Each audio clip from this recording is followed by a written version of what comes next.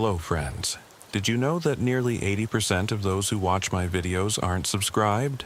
If you enjoy the content, I'd truly appreciate it if you hit that subscribe button. It helps a lot.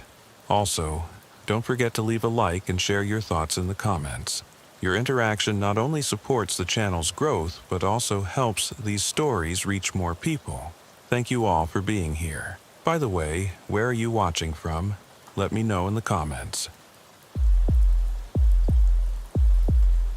I've never been one to believe in ghosts or supernatural happenings.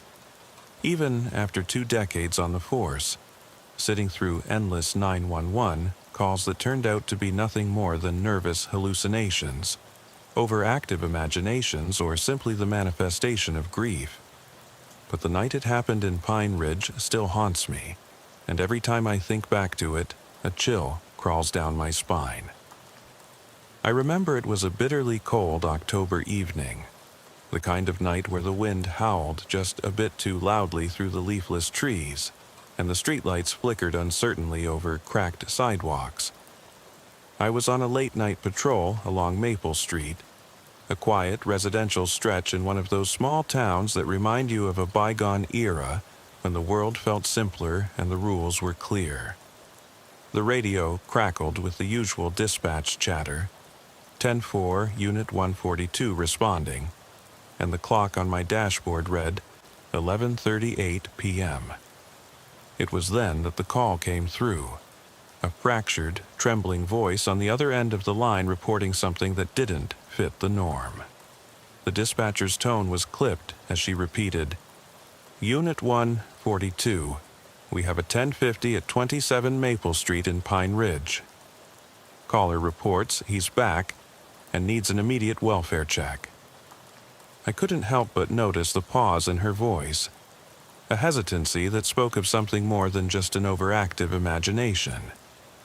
When I arrived, the neighborhood lay under a quilt of uneasy silence, punctuated only by the distant hum of a refrigerator or the creak of an old porch swing. The house at 27 Maple Street was a modest, well-maintained structure with a neatly trimmed lawn and a small porch light flickering in the persistent gusts of autumn wind. I knocked and was greeted at the door by a fragile-looking woman in a faded floral nightgown. Her silver hair, pinned back in a disheveled bun, betrayed the passage of time, and her eyes were wide and haunted, as if forever scanning for a presence no one else could see. "Thank you for coming, officer," she whispered, her voice barely audible over the persistent background noise of her rattling teapot on the counter. I didn't know who else to call. He's back." Her words, stumbling out between shaky breaths, were laced with a mix of terror and a sorrow so deep it seemed to pull at the edges of my very being. I stepped inside the dimly lit entryway, the smell of old lavender and dust mingling in the cool air. In the living room, with its threadbare carpet and a faded portrait of a man in military uniform hanging askew on the wall, she motioned for me to sit.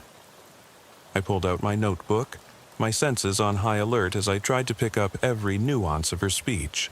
"Ma'am, can you tell me exactly what you mean by 'he's back'?" I asked slowly, careful not to disturb the heavy silence that enveloped the room. Her eyes shifted nervously to a corner of the room before she began haltingly. It's my husband. He passed away 5 years ago, but every night, every single night for the past week, he's been standing at the edge of my bed." Her voice faltered for a moment as she wrung her hands together, and the faint sound of a ticking clock filled the silent gaps between her words. I noted every detail, the slight tremor in her voice, the way she'd clutch a chipped porcelain teacup as if it were a lifeline, and, instinctively, I activated my radio. "Dispatch, this is Unit 142. I've spoken with the caller at 27 Maple Street, Pine Ridge. Copy that it's a welfare check for an elderly female claiming her deceased husband is present. Requesting backup for further assessment. Over." The dispatcher replied in a curt monotone, "Unit 142, copy that. Backup en route. Code 3 if necessary, over. As I waited, I took a closer look around. The living room was sparsely furnished. A threadbare sofa, a couple of chairs, a television that hadn't been serviced in years, and each object whispered secrets of a life long past. At precisely 11:42 p.m., the sound of approaching sirens in the distance signaled that reinforcement was on its way. I decided to lead her to the bedroom, the place she identified as the stage for these nightly visitations. The corridor was narrow, its wallpaper peeling at the edges, and the only light came from a single bulb that swung slightly as I moved. The bedroom was the heart of the mystery. The air was noticeably colder here, the atmosphere thick with anticipation, as if the very room held its breath waiting for something to emerge. The bed was made with a precision that contrasted starkly with the otherwise lived-in disarray of the house. He stands right there," she murmured, pointing a trembling hand toward the headboard. I stepped closer, my senses straining to detect any anomaly, any sign of movement or warmth that might explain her terror.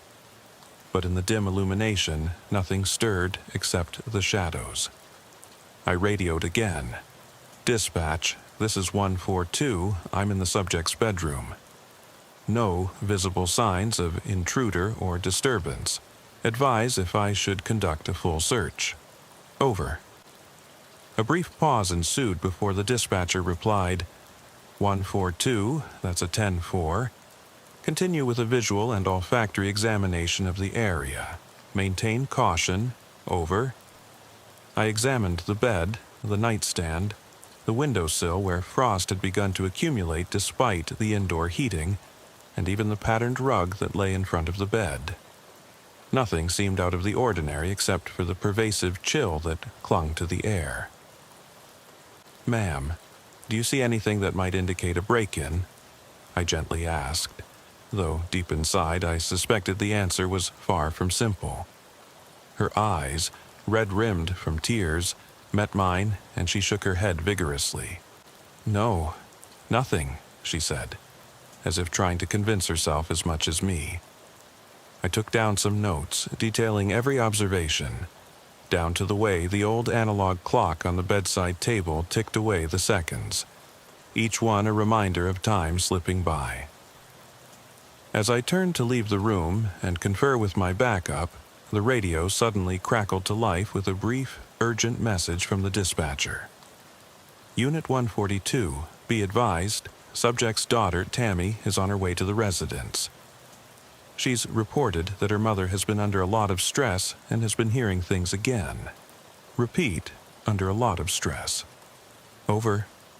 I acknowledged with a measured 10-4 and stepped back into the living room, my mind racing through possible scenarios.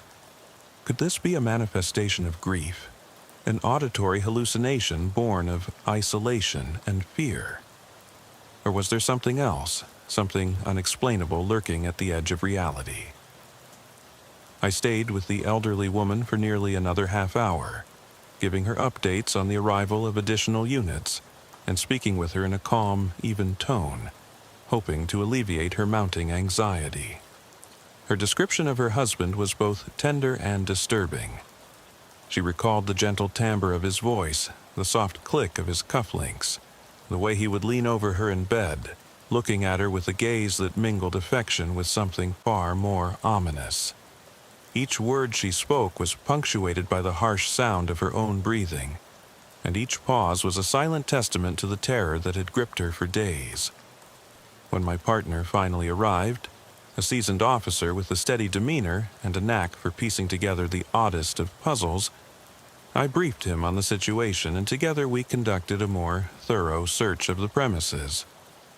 We followed every lead: the narrow attic, the creaking cellar, even the small porch area where the wind roared through gaps in the wood. Yet, despite our efforts, we found nothing that could explain her claims.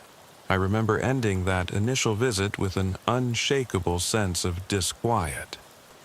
As we drove away in our unmarked cruiser, the radio remained filled with scattered chatter, check-ins from dispatch, code updates, and even a brief, half-hearted exchange about the latest weather report. Outside, the temperature dropped even further, and I could see my breath in the beam of the dashboard light. The case was logged, the report written with painstaking detail, and promises made to follow up. Yet, as I sat in silence during the long drive back to headquarters, I couldn't escape the feeling that the night was far from over, that something more was lurking in the shadows of Pine Ridge. Backup units arrived, and canvassing began in earnest the following morning. The overcast skies offered little hope of sunlight breaking the oppressive gloom. I was on duty again that afternoon, dressed in my standard-issue blue uniform with a badge that seemed to weigh heavier that day, and returned to 27 Maple Street to check on the circumstances of the call, now that morning light had offered a harsher, clearer view of the scene. The house was eerily silent and abandoned in its own sorrow. The caller, Miss Carter, was found lifeless in her bed, her eyes wide in a frozen expression of both terror and resignation. A single handwritten note lay on the bedside table, its message chillingly succinct. "He's here for me now." For a moment, I couldn't breathe. I replayed her words in my mind, the tremor in her voice, the finality of the scene. The forensic team methodically combed the room for any evidence of foul play or intrusion, but nothing seemed amiss.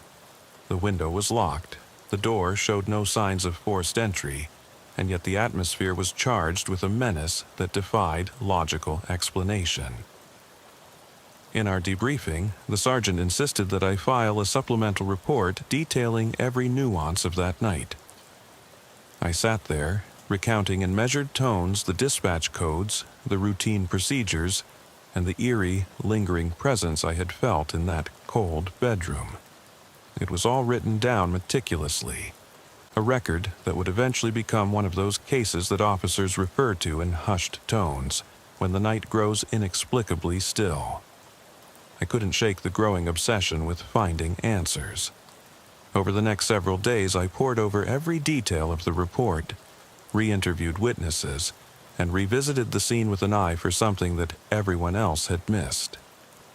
My partner, Officer Daniels, a tough, pragmatic man who preferred facts over feelings, warned me not to get too caught up in what could easily be explained away by grief or mental fragility. "You're chasing ghosts, Cole," he said one rainy afternoon, as we sat in the squad car near the diner on Route 12. I shrugged, but inside I knew there was something more to it, something that defied mundane explanations. Late one night, at approximately 1:17 a.m., I found myself returning to 27 Maple Street once more, drawn back by a need for closure that had morphed into an obsession. The town was nearly asleep. The only sound was the steady patter of rain on the pavement, and the distant rumble of a freight train. With my flashlight in hand and my gun secured at my side, I retraced my steps to the house. The porch light was off now, unlike the frantic glow the previous night, and the door creaked open as if inviting me back into the space that held all the unanswered questions of that dreadful case. Inside, the house was silent and oppressive, each room a mausoleum of memories. I moved slowly, every creak of the floorboard echoing like a whispered secret. The living room was empty, the furniture draped in heavy shadows, and there was no sign that life had been disturbed since the previous night. I made my way back to the bedroom, the air growing colder as I approached. The bed was still made with that unnervingly careful precision, and on the nightstand sat the note, now faded, yet the words, "He's here for me now," remained unmistakably clear. I stood for several long minutes, simply absorbing the palpable atmosphere of despair and dread that hung over the room. Every instinct screamed that I was intruding upon something meant to be left untouched. At one point, as I was about to leave, a soft sound, a mere whisper of fabric, caused my heart to skip a beat. I turned sharply toward the source but saw nothing. The overwhelming quiet was then punctured by what sounded like a distant murmur, almost like someone speaking in hushed, desperate tones, reciting words that I couldn't quite make out over the pounding of my own heart. The radio, which had been silent since my last check-in with dispatch, suddenly crackled with static, and I could almost swear I heard a voice in the background, calling out a code I hadn't heard in years. 1050. Over. I froze, my breath shallow and rapid, as a cold sweat broke out across my skin. Had it been a trick of the mind, a hallucination born of too many sleepless nights, or was it something more? As I gathered my composure and stepped out into the sodden darkness, a final glance at the house left me with an indelible impression of having witnessed something that defied explanation. I radioed back to headquarters with a terse 10-4, 27 Maple Street. Resolved area clear, returning to base. But even as I drove away, the questions persisted, echoing in the recesses of my mind like a dissonant refrain. That night, as the rain hammered relentlessly against the windshield, I couldn't help but wonder if the case was truly closed, or if I had merely scratched the surface of something far more sinister. The days that followed were filled with a palpable tension that seemed to coalesce around every dark corner of Pine Ridge.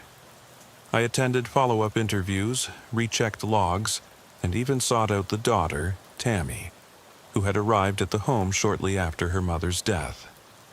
Tammy's expression was one of numb resignation, as if she had long since surrendered to the inexplicable fate that had befallen her family. Over a cup of weak coffee at the local precinct, she recounted her mother's increasingly erratic behavior in the weeks leading up to that fateful night. Mom would sit there for hours, staring at the empty space by her bed, she said in a monotone that made my stomach churn. She always said he was watching her. Always watching.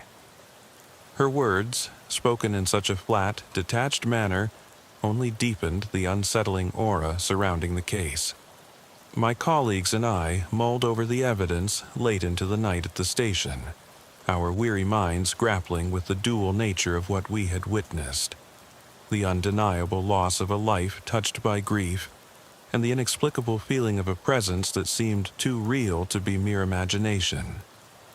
I spent countless hours reviewing the video footage from nearby traffic cameras, scrutinizing every frame in the hope of finding something, a shadow, a flicker, that might validate Miss Carter's claims.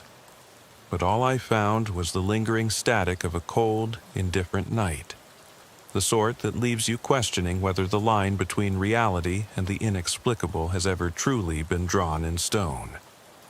Every measured step, every whispered radio transmission, every cautious conversation between fellow officers became a fragment of a puzzle that refused to reveal its full picture. That sense of relentless inquiry, that drive to piece together every oddity of that long night in Pine Ridge, ultimately led me down a path I never intended to walk. A path where facts and folklore began to blur, and where the comforting boundaries of the rational mind gave way to a creeping dread that nothing in our blueprints of duty could ever fully explain. There's a memory I can't erase. Sitting in my patrol car in the dead hours of the morning after my third visit to the scene, my hands trembling as I recounted the details into my recorder. "This is Officer Cole," I began in a voice that wavered despite my resolve, "and I'm relaying what I witnessed at 27 Maple Street." The temperature dropped markedly inside the residence, and there was a pervasive chill that seemed almost deliberate, as if the space itself were aware of my intrusion.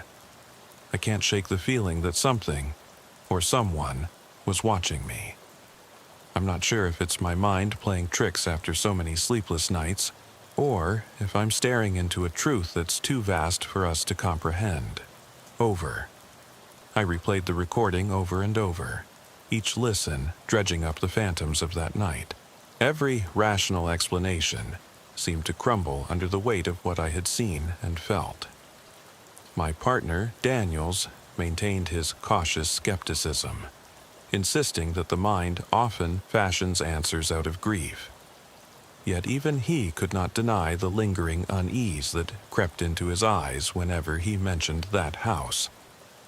The case was eventually closed as a tragic instance of elderly distress compounded by severe mental strain, a conclusion that, while administratively neat, left an open wound in the collective memory of our department. The file was archived under Unresolved Occurrences, a small, unassuming folder that now sits on my desk as a permanent reminder of the night when reality itself felt unmoored. I tried to move on, immersing myself in routine calls and mundane cases, but the unease never left me. The whispers of that cold October night and the persistent echo of a code that shouldn't have been there continued to reverberate in the quiet moments between shifts. I've attended therapy sessions, had long conversations with colleagues about the metaphysical boundaries of our world, and even revisited my own records in search of anomalies that might parallel what happened at 27 Maple Street. But the truth remains as slippery as ever, a melding of loss, rumor, and something otherworldly that our standard investigative protocols simply can't measure. It wasn't until nearly a month later, on a gloomy, rain-soaked evening, that a new twist surfaced.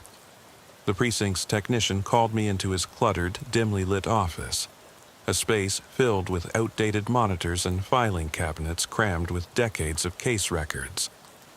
"Officer Cole," he said, his tone careful but excited, "I've been reviewing some old dispatch recordings, and I found something that might interest you." He played me a snippet of radio chatter dating back to the night in question. A few seconds of static interspersed with a hushed command, barely audible but unmistakably present. 10:50, over. I listened repeatedly, each playback sending shivers down my spine. How could that message have been broadcast if there was no one else on duty except the dispatchers, who were following strict protocols? The implication was unnerving. Someone, somewhere, had intercepted that code, or perhaps spoken it under conditions we couldn't fathom. That revelation ignited a new fervor in me, a determination to understand what lurked beyond our conventional explanations. I began to compile every scrap of evidence, every single detail from dispatch logs, body camera footage, and even statements from local residents who recalled a strange, foreboding presence near the house in the days following Ms. Carter's passing. The deeper I dug, the more the boundary between the tangible world and the realm of inexplicable phenomena blurred. There were whispers among retired officers of a similar incident decades ago, an occurrence involving an elderly woman in a remote area who claimed that her deceased husband had come back to watch over her, only for her to be found lifeless with a cryptic note left behind. Though such accounts were dismissed as folklore and the desperate fabrication of a fragile mind, the details bore uncanny resemblance to what I had witnessed. As I stand here now, recounting this story into the recorder with trembling fingers and a mind heavy with unresolved questions, I'm haunted by the cold truth that perhaps some mysteries are never meant to be understood. The case remains locked in that unyielding twilight between grief and the inexplicable, a stark reminder that even in our modern age, where science and procedure rule, there are depths of human experience that defy reason. That night in Pine Ridge wasn't just another call on my log. It was an encounter with the shadows that lingered just beyond the reach of our everyday understanding. An encounter that continues to whisper its unsettling refrain in the silence of my long, sleepless nights. And so, as the rain begins anew outside my window and I listen to the distant patter echoing through the quiet precinct halls, I'm left with a single, disquieting question. Was that night a tragic misinterpretation born of grief and isolation? Or did I truly glimpse something? someone, beyond the veil of life and death. The evidence is scattered like fragments of shattered glass, each piece a reminder that in the world of law enforcement, some calls aren't just about duty or protocol. They're about confronting a reality that is as hauntingly beautiful as it is terrifying. There are nights when I lie awake, the memory of that encounter replaying in my mind, and I wonder if I should ever have returned to that house in Pine Ridge. Each flash of memory is accompanied by the echo of that ghostly radio message, and the unmistakable chill that whispered, "He's here for me now." It lingers in my mind, a constant, inescapable presence, leaving me to question. In our line of work, when the darkness stretches long and the night speaks in codes, could it be that our world is not so neatly divided between the living and those who have passed on? I still don't have the answer, and sometimes I fear that some truths are better left unsaid, locked away in the silent corridors of a forgotten house on Maple Street. A month has passed since that fateful night, yet every time I step into the precinct or drive down a deserted road, I can't help but remember the chilling dialogue, the trembling voice of a woman who believed she had seen her long-lost husband standing in the glow of a cold bedside lamp. And as the days blend into one long, relentless recollection, the unanswered question gnaws at me. What truly happened in that house? I'm left wondering if the darkness itself reached out and stole a piece of our reality, leaving behind a lingering, malevolent presence that no amount of police work or logical deduction can ever fully dispel.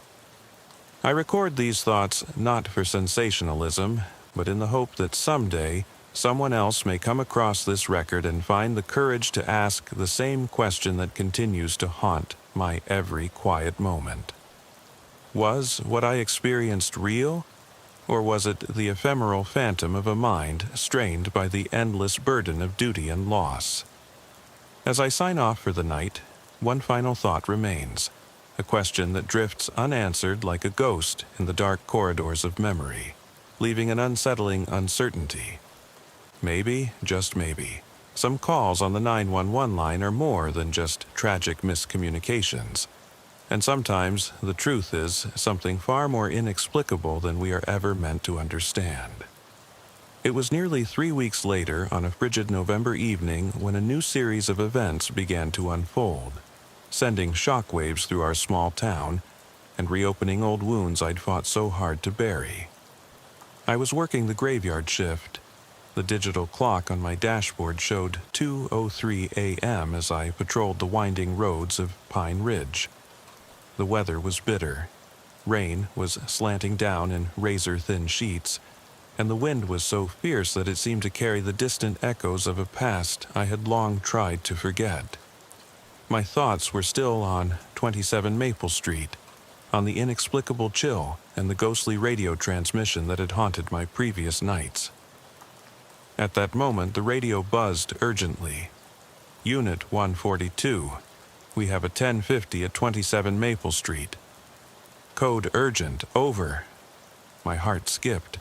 I couldn't believe the call was coming again, as if the house itself was beckoning me back into its fold of unresolved mysteries. I swung the cruiser around with a mix of dread and determination, the wipers struggling against the furious downpour. As I drove, I mentally reviewed every detail of the earlier encounter.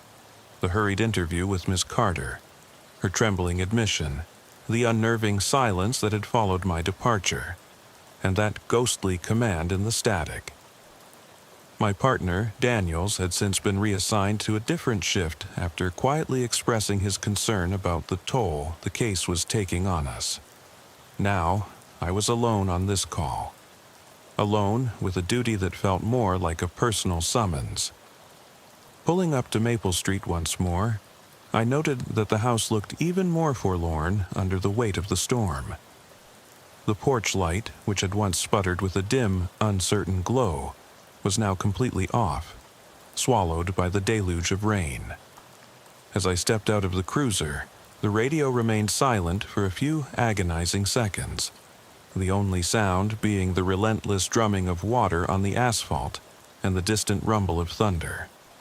I adjusted my vest, checked my sidearm, and approached the front door with cautious steps, my footsteps echoing off the slick concrete. "Dispatch, this is Unit 142. I'm on scene at 27 Maple Street. Visual is unclear. Proceeding with caution." "Over," I murmured into the radio, my voice steady despite the turmoil brewing inside me. The door creaked open slowly when I knocked, and the interior of the house was shrouded in darkness. I fumbled for my flashlight, its beam cutting through the gloom in uneven, jittery sweeps. The silence was oppressive, broken only by the periodic hiss of wind seeping through ill-fitted windows and the drip of water from an unseen leak. I called out in a low, firm tone, "Hello? Is anyone here?" My voice was swallowed by the vast emptiness. A figure stirred in the far corner of the narrow hallway, a shape I first assumed was a trick of the light or a stray curtain flailing in the wind. As I approached, my mind raced with possibilities. Had I arrived too late to prevent another tragedy? Had the house become a beacon for something beyond human comprehension? I recalled the note from Miss Carter's final moments, a desperate, almost prophetic message left behind. The air inside was bitterly cold, and my breath formed visible puffs as I moved deeper into the house. Every step carried the weight of memories, both mine and those of the woman whose final days were shrouded in inexplicable phenomena. The living room was unchanged from my last visit. The threadbare sofa, the old-fashioned television set, the portrait that still hung crookedly on the wall. But now, every object seemed to carry a new, eerie significance, a silent witness to a story that refused to end. I could almost feel eyes on me, as if the very walls retained the echoes of Miss Carter's anguished pleas and the enigmatic presence that had tormented her. I took slow, careful notes on my digital recorder, my hand trembling as I recounted every detail for what felt like a mission to capture the unfathomable. "This is Officer Cole reporting live from 27 Maple Street. The atmosphere is heavy, laden with a foreboding that I cannot shake. I feel as though I'm being watched, as though the darkness itself has taken on a life of its own. There's an unmistakable chill in the air, a cold that seeps into the bones and whispers secrets of despair." My words hung in the stillness, merging with the sound of the storm. I advanced toward the hallway that led to the bedroom, where so many of Miss Carter's memories and fears resided. Every detail was etched in my mind: the meticulously made bed, the faded floral pattern of the drapes, the way the corridor's dim light seemed to recede into an endless tunnel. The bedroom door was slightly ajar, inviting yet forbidding. I paused for a long moment before pushing it open and stepping inside. The room was exactly as I had left it on that earlier night, cold, sterile, and pregnant, with a silence that screamed of a lingering presence. I advanced toward the nightstand where the note lay. As I reached out to pick it up, the hairs on the back of my neck rose in protest. The note, now even more weathered, bore the same chilling inscription in shaky handwriting: "He's here for me now." My mind reeled with conflicting emotions: duty, dread, and a deep-seated need to unearth the truth. In the periphery, I noticed something odd, a slight movement in the shadows near the window. I spun around, my flashlight beam dancing across the room in rapid, uneven arcs. For a split second, it seemed as though a dark figure had flitted behind the curtain, a figure that vanished just as quickly as it appeared. I called out once more, "Show yourself!" But the only response was the sound of the storm and my own labored breathing. In that charged silence, I reached for my radio to update dispatch, my voice barely keeping pace with the rising panic. "Dispatch, Unit 142 again. I'm in the bedroom at 27 Maple Street. I believe I detected movement near the window, requesting immediate backup for a continued scene assessment. Over. The reply was brief, a curt, measured 10-4, Unit 142. Additional units en route. Stand by and maintain safety protocols. Over. Yet, even as I waited, every instinct in me screamed that I was no longer alone in that haunted space. I began a meticulous re-examination of the room, running my gloved fingers over the surface of the nightstand, checking behind the mirror, the closet door, and even the baseboard where creaks and whispers seemed to emanate from unseen corners. With each step, I felt a suffocating pressure build, as though the room itself was converging, closing in. The storm outside had reached a crescendo. The wind howled, and the rain lashed out in relentless fury, punctuating the isolation of that eerie domicile. I could almost feel the spectral weight of an unseen presence observing me, its gaze heavier than any human's could be. Then, amid that mounting terror, I heard it. A faint, almost imperceptible sound that resembled a sigh, or perhaps the murmur of a conversation too distant to decipher. It came from near the bed where I had last seen the note. I crouched and steadied my breathing, the tension in my muscles taut like piano wires. The recorder in my hand continued to capture every nuance. The low murmur of the storm, my own shallow breaths, and that elusive sound, as if someone or something were speaking just beyond the reach of normal hearing. "He's here for me now," the note insisted. And now the room itself seemed to echo that sentiment in a whisper that vibrated in my very bones. I don't know how long I stood there, frozen in time and terror, but eventually the sound faded, leaving behind an oppressive silence that resonated with unanswered questions. I left the room, my mind reeling and my senses on high alert, stepping back into the corridor where the weight of every unsolved mystery pressed in around me. In that moment, with the storm raging outside and my heart pounding in my ears, I felt an overwhelming realization. The events at 27 Maple Street were far from a simple case of elderly delusion or grief-induced hallucination. Something far more complex, something that defied the neat categories of police reports and forensic analysis, had woven itself into the fabric of that house, and perhaps into the very soul of Pine Ridge.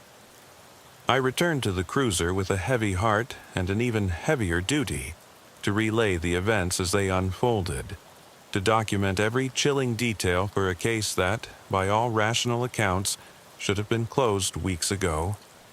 My report was filled with standardized language.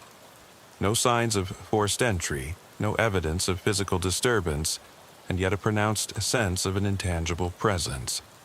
But even as I filed it, I knew that no matter how meticulously I cataloged every observation, or how rigorously I adhered to standard police protocols, the case would forever elude definitive explanation. Back at headquarters that night, I sat in a cramped interrogation room turned makeshift evidence lab, replaying the recordings and cross-referencing the dispatch logs. The station was nearly empty at that hour, a few officers huddled over coffee, and a waning sense of fatigue filling the air. I shared my findings with the sergeant, who maintained a measured tone as he advised, "Officer Cole, you need to take a step back. Sometimes the mind plays tricks on us, especially after prolonged stress." I tried to argue that it wasn't just stress, that the evidence, the inexplicable radio transmission, the presence I felt near the window, pointed to something otherworldly. But the sergeant's eyes, reflecting years of experience and many unsolvable cases, simply said it all without words. Some mysteries have no answers that fit neatly within our standard protocols. I spent the remainder of the night reviewing witness statements, dispatch logs, and even local historical archives. There were records, older, nearly forgotten records, of similar occurrences in remote pockets of America, cases dismissed as mere urban legends. These accounts described hearing phantom voices, experiencing an unexplainable drop in temperature, and feeling an overwhelming, inexplicable presence in homes left behind by those who had suffered immense loss. The parallels with the events at Maple Street were too stark to ignore. I documented everything: names, dates, details, all interwoven into a tapestry of grief, loss, and the uncanny boundary between our world and whatever lay beyond. As dawn approached and the storm finally began to subside, a new record was added to my growing dossier of the inexplicable. I left the station with a mind full of questions and a heart burdened by the realization that the darkness I had encountered that night might be something not easily cast out by the bright light of day. The silence of Pine Ridge, with its familiar streets and weathered homes, now carried an undercurrent of despair and mystery that I knew would forever change the way I saw the world. Even now, I record these events in the quiet moments after a long shift, when the world seems to pause and the only sound is the steady tick of a clock marking the passage of time. I wonder if I'll ever be free of the questions that plague me, if I'll ever be able to forget that ghostly code crackling in the static, or the glimpse of a figure in the corner of my eye urging me to uncover truths that were never meant to be known. As I sign off this entry, I'm left with that disquieting thought, a thought that echoes in every silent moment, every rainy night on a deserted street. What if some calls on the 911 line are not merely accidents of the mind, but doorways to a realm where grief, loss, and the inexplicable coexist in a state of perpetual unrest? In the weeks that followed, the case of 27 Maple Street began to seep into every corner of our lives, infiltrating the mundane rhythms of daily duty with an unrelenting sense of dread and uncertainty. Pine Ridge, a town long accustomed to the predictable cadence of small-town life, now seemed cloaked in a persistent aura of foreboding. I found myself haunted by the fragmented memories of that stormy night, the low murmur of a voice just beyond the reach of reason, the cold, unwavering presence that seemed to linger long after the storm had passed. At the precinct, as I sat across from Detective Harris, a grizzled veteran with deep lines etched into his face from decades of witnessing humanity's darkest moments, we delved into the minutiae of the case once more. "Officer Cole," Harris began in a rough, gravelly voice, "I've gone over every scrap of evidence you submitted. The scene, the dispatch logs, even that damn radio transmission. There's something in your report that I can't put my finger on." His eyes, sharp and unyielding despite his age, locked onto mine. It's not the usual kind of grief-fueled delusion we see in these cases. There's a resonance to it, a repetition of details that suggest this may not be an isolated incident. I nodded silently, recalling the old archives and the whispered accounts of similar occurrences from decades ago.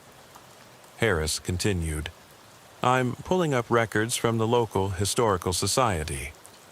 There was another incident back in 1978 in the neighboring town of Cedar Hollow.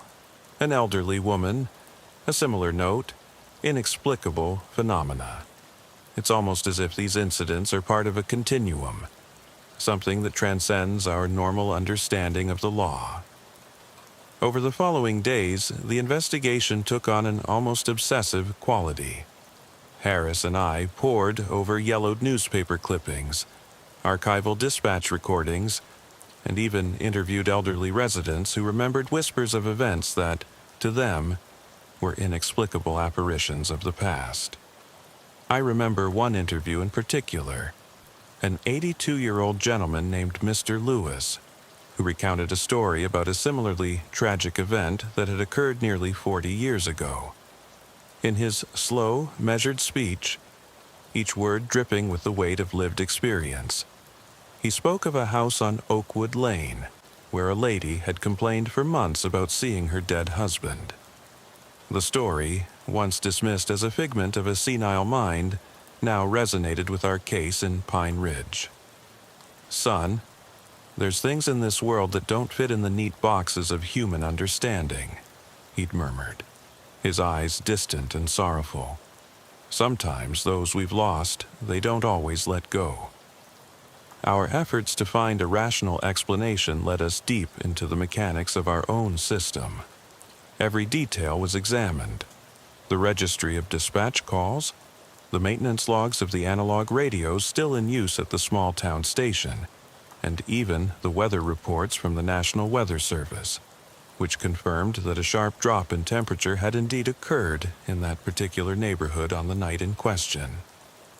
I recall sitting alone in the evidence room for hours, scanning through digital copies of meteorological data and cross-referencing them with the timeline of events. The correlation was undeniable: a precipitous drop in temperature, an atmosphere charged with static electricity, and then the haunting call from an elderly woman whose grief seemed too profound to be merely personal.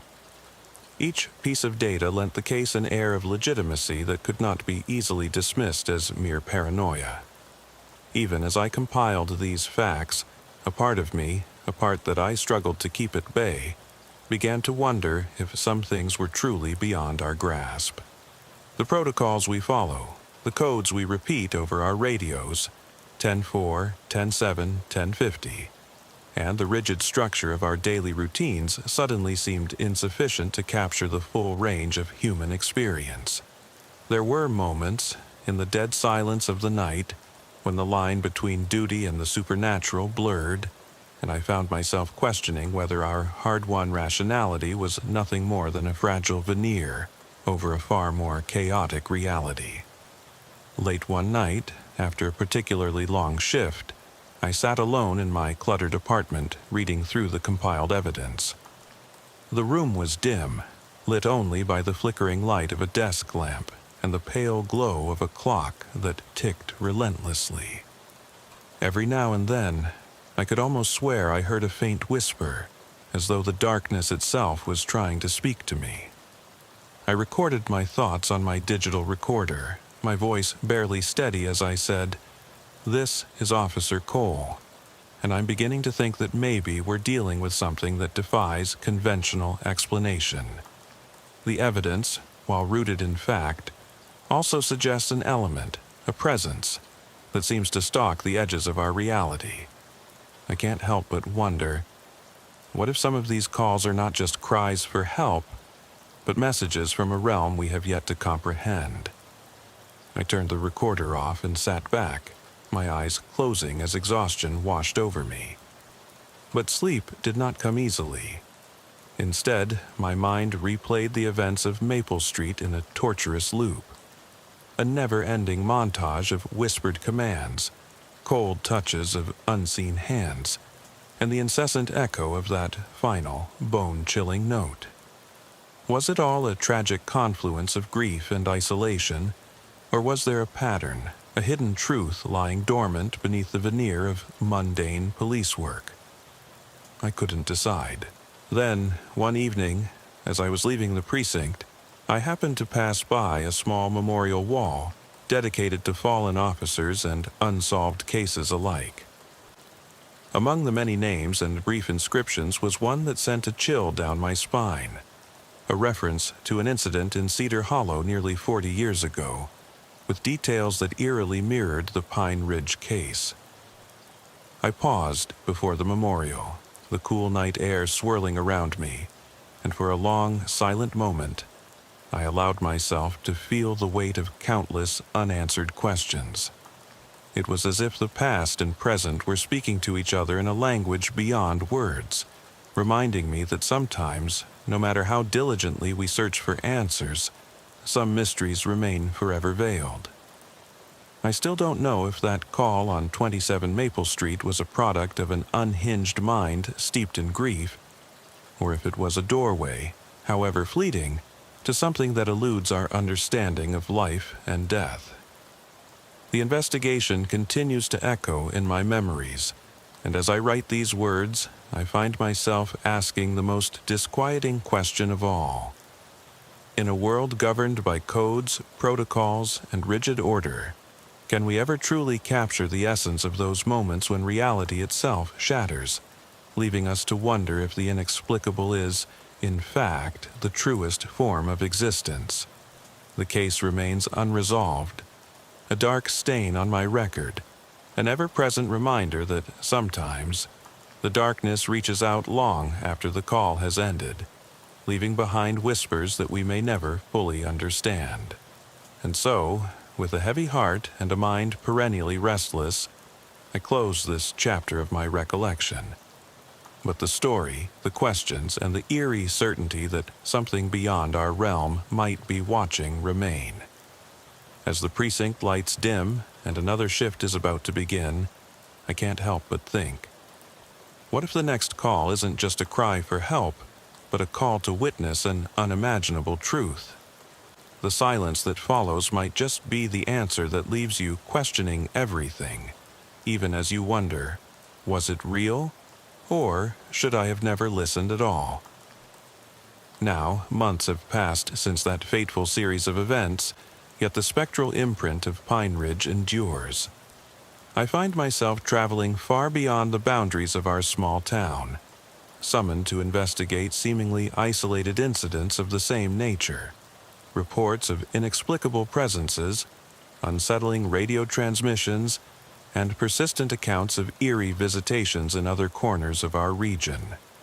In one such case, in a sleepy town in northern Georgia, an elderly gentleman, Mr. Franklin, called 911 in a state of sheer panic, insisting that someone was standing in his living room, watching him with eyes that burned with an intensity he had not seen since the days of his youth. The call bore an uncanny similarity to the Maple Street incident. As I arrived at Mr. Franklin's modest home on Birchwood Avenue, the echoes of that earlier case reverberated within me. The hour was 10:47 p.m., and the night was unusually still for autumn. A heavy mist enveloped the streets, reducing visibility to mere feet. I could almost feel an unspoken connection between that distant call and the unresolved mysteries of Pine Ridge. The scene in Mr. Franklin's house was disturbingly ordinary yet curiously layered with an oppressive melancholy. The living room was warm, yet dimly lit, the furniture arranged in familiar domestic order, and yet, in one quiet corner, a room lined with photographs of a happier past, Mr. Franklin claimed he felt an intense, chilling gaze fix upon him. "It's like he's watching me, like he hasn't left," Mr. Franklin said in a shaky tone as I began my investigation, his eyes wide with a mixture of fear and desperate yearning. I reassured him in the calm, measured cadence honed over my years of service. "I'm here to help, Mr. Franklin. We'll get to the bottom of this." But even as I spoke, the room seemed to pulse with the silent dread of an unseen presence, and I found myself instinctively checking the corners, the shadows beneath the furniture, as if expecting the specter of a long-lost loved one to materialize at any moment. I conducted a full sweep of the residence, relying on both my training and a heightened sense of intuition that had been sharpened by my experiences in Pine Ridge. Everything appeared normal. The windows were closed securely. There were no signs of forced entry, and all electronic devices were functioning as expected. Yet there was a subtle, almost imperceptible chill in the air, a cold that didn't belong to the warmth of a lived-in home. My hand hovered near the radio in my patrol car as I recorded my observations. "This is Officer Cole, on the scene at 51 Birchwood Avenue. The subject reports a persistent, inexplicable presence. There are no signs of intruders, yet a cold, almost palpable sensation pervades the atmosphere. I'm proceeding with all standard safety protocols and a full perimeter search." Over. The silence that followed was laden with more than just the absence of background chatter. It was thick with the weight of a mystery that refused to yield to reason. Over the next several days, I collaborated with local law enforcement, and even forensic specialists who were just as baffled as I was. Mr. Franklin's case seemed to be an odd, isolated echo of the events at Maple Street, but the similarities were impossible to ignore. Dispatch logs, once again, revealed the same disquieting pattern. Calls made in desperation with cryptic language, the invocation of phrases that, to the trained ear, carried an eerie resonance. I began cross-referencing these new incidents with the archived records from Pine Ridge and Cedar Hollow, piecing together a puzzle that spanned decades and defied conventional investigative techniques. Every account, every recorded 10 to 50 transmission, and every whispered recollection in the dim light of a police briefing room contributed to a growing narrative. A narrative in which the boundaries of grief, memory, and the supernatural blurred into one indistinct, unsettling tapestry.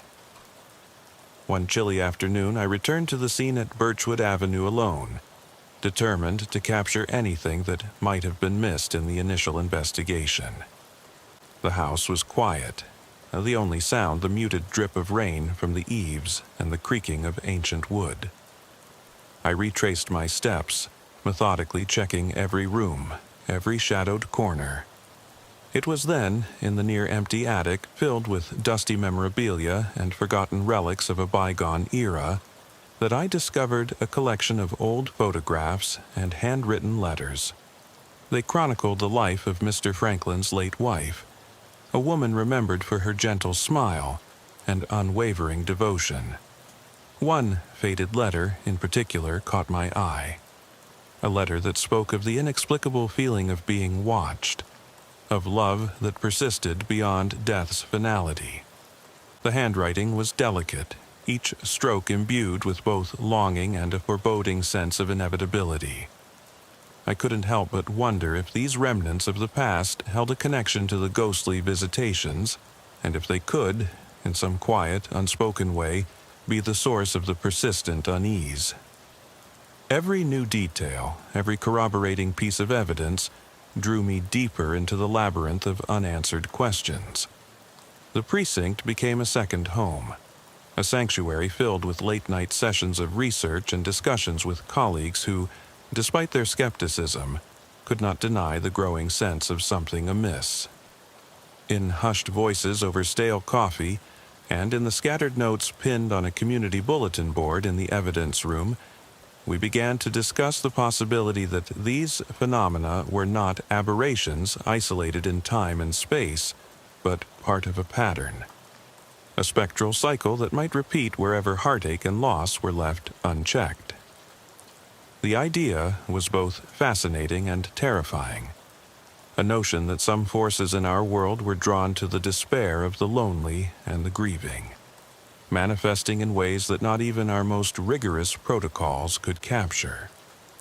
Late one rainy evening, as I once again pored over the cases at hand, I recorded my thoughts in the quiet solitude of my office. This is Officer Cole. I'm becoming increasingly convinced that there is a dimension of our reality that we have yet to understand. A realm where the echoes of those we've lost persist, influencing the living in ways that are as subtle as they are profound. The cases I've been involved with in Pine Ridge and Birchwood are not isolated incidents, but fragments of a larger narrative. I still struggle to reconcile the clinical nature of my training with the visceral, inexplicable experiences I've encountered in the field.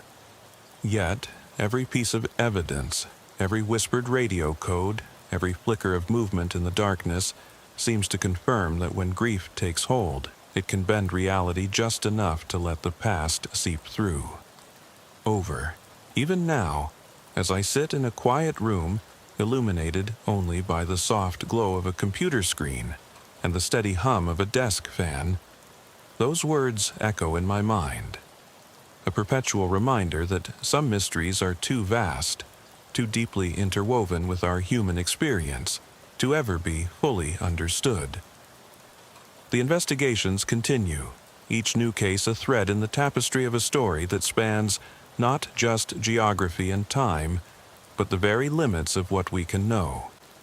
And as I file away another report, I can't help but wonder whether the darkness that visited Maple Street, that haunted Birchwood Avenue, will one day find its way into our everyday reality again, challenging the very foundations of our certainty and leaving us with the lingering, disquieting question: what if the line between the living and the dead is not as impenetrable as we once believed? I was wrapping up my third patrol of the night when the call came in, clear and unambiguous over dispatch at 10:27 p.m. on a chilly Tuesday in early November. I remember the crackle in the radio as my partner, Officer Daniels, advised, 10-4, Enfield Precinct, ETA 2 minutes. I parked my cruiser on the quiet suburban street off Maplewood Avenue in Cedar Ridge, a modest town where every house boasted neat lawns and trimmed hedges. The address was 1423 Willow Lane, an unassuming home that, on any other night, would have blended into the peaceful tapestry of the neighborhood.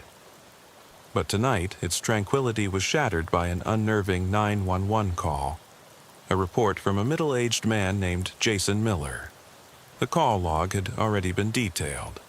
Jason had reported strange, deliberate footsteps echoing from his attic, accompanied by unexplained whispers that sent shivers down his spine. I pulled on my light jacket and radioed in a quick 10-7 to let dispatch know I was en route. The air was thin, and the mist clung to the pavement as I hurried toward the entrance. I still recall the piercing sound of my own heartbeat as I approached the porch, where Jason, jittery yet composed, greeted me with a nod and a forced smile that didn't quite mask his inner tension. "Officer, thank you for coming," he said in a voice strained with apprehension. His casual, everyday attire stood in stark contrast to the palpable fear etched on his face. Inside, the house exuded an eerie calmness. The decor was classic Midwestern suburban, warm but ordinary. As we moved through the dim hallway, the bland hum of an old refrigerator and the distant tick of a clock filled the silence, intensifying the tension with each step.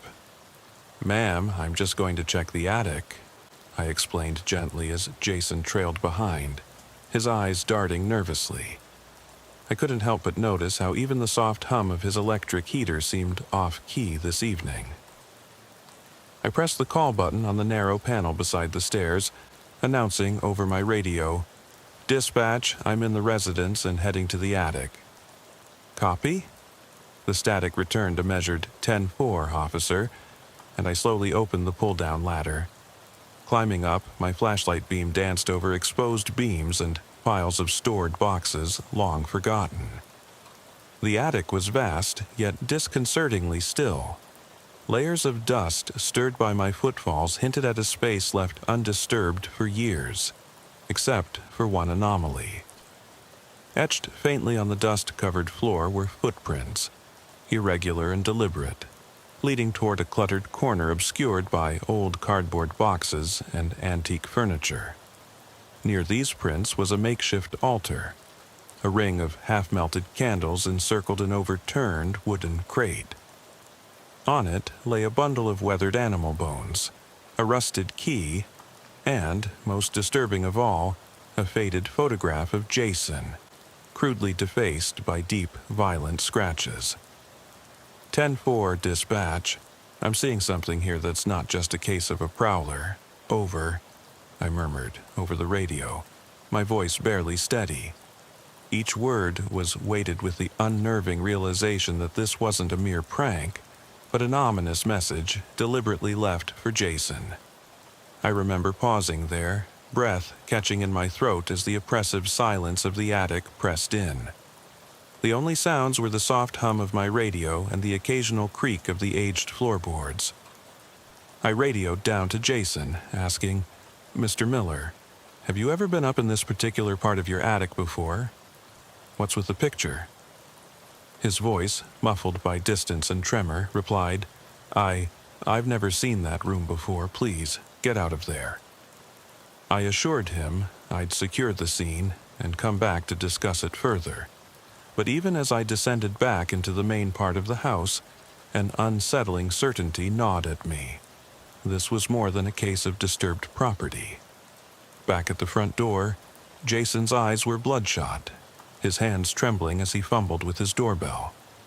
I noted every minute detail. The precise time on his digital clock read 10:45 p.m., the chill in the air matching the frost forming on the window panes, and the palpable dread that clung to him like a second skin. It's probably just someone playing a sick joke, I tried to reassure him, though my own instincts questioned that explanation. I finished up by instructing him to call us immediately if he heard anything further, no matter how trivial it might seem. I made a mental note to file a detailed report.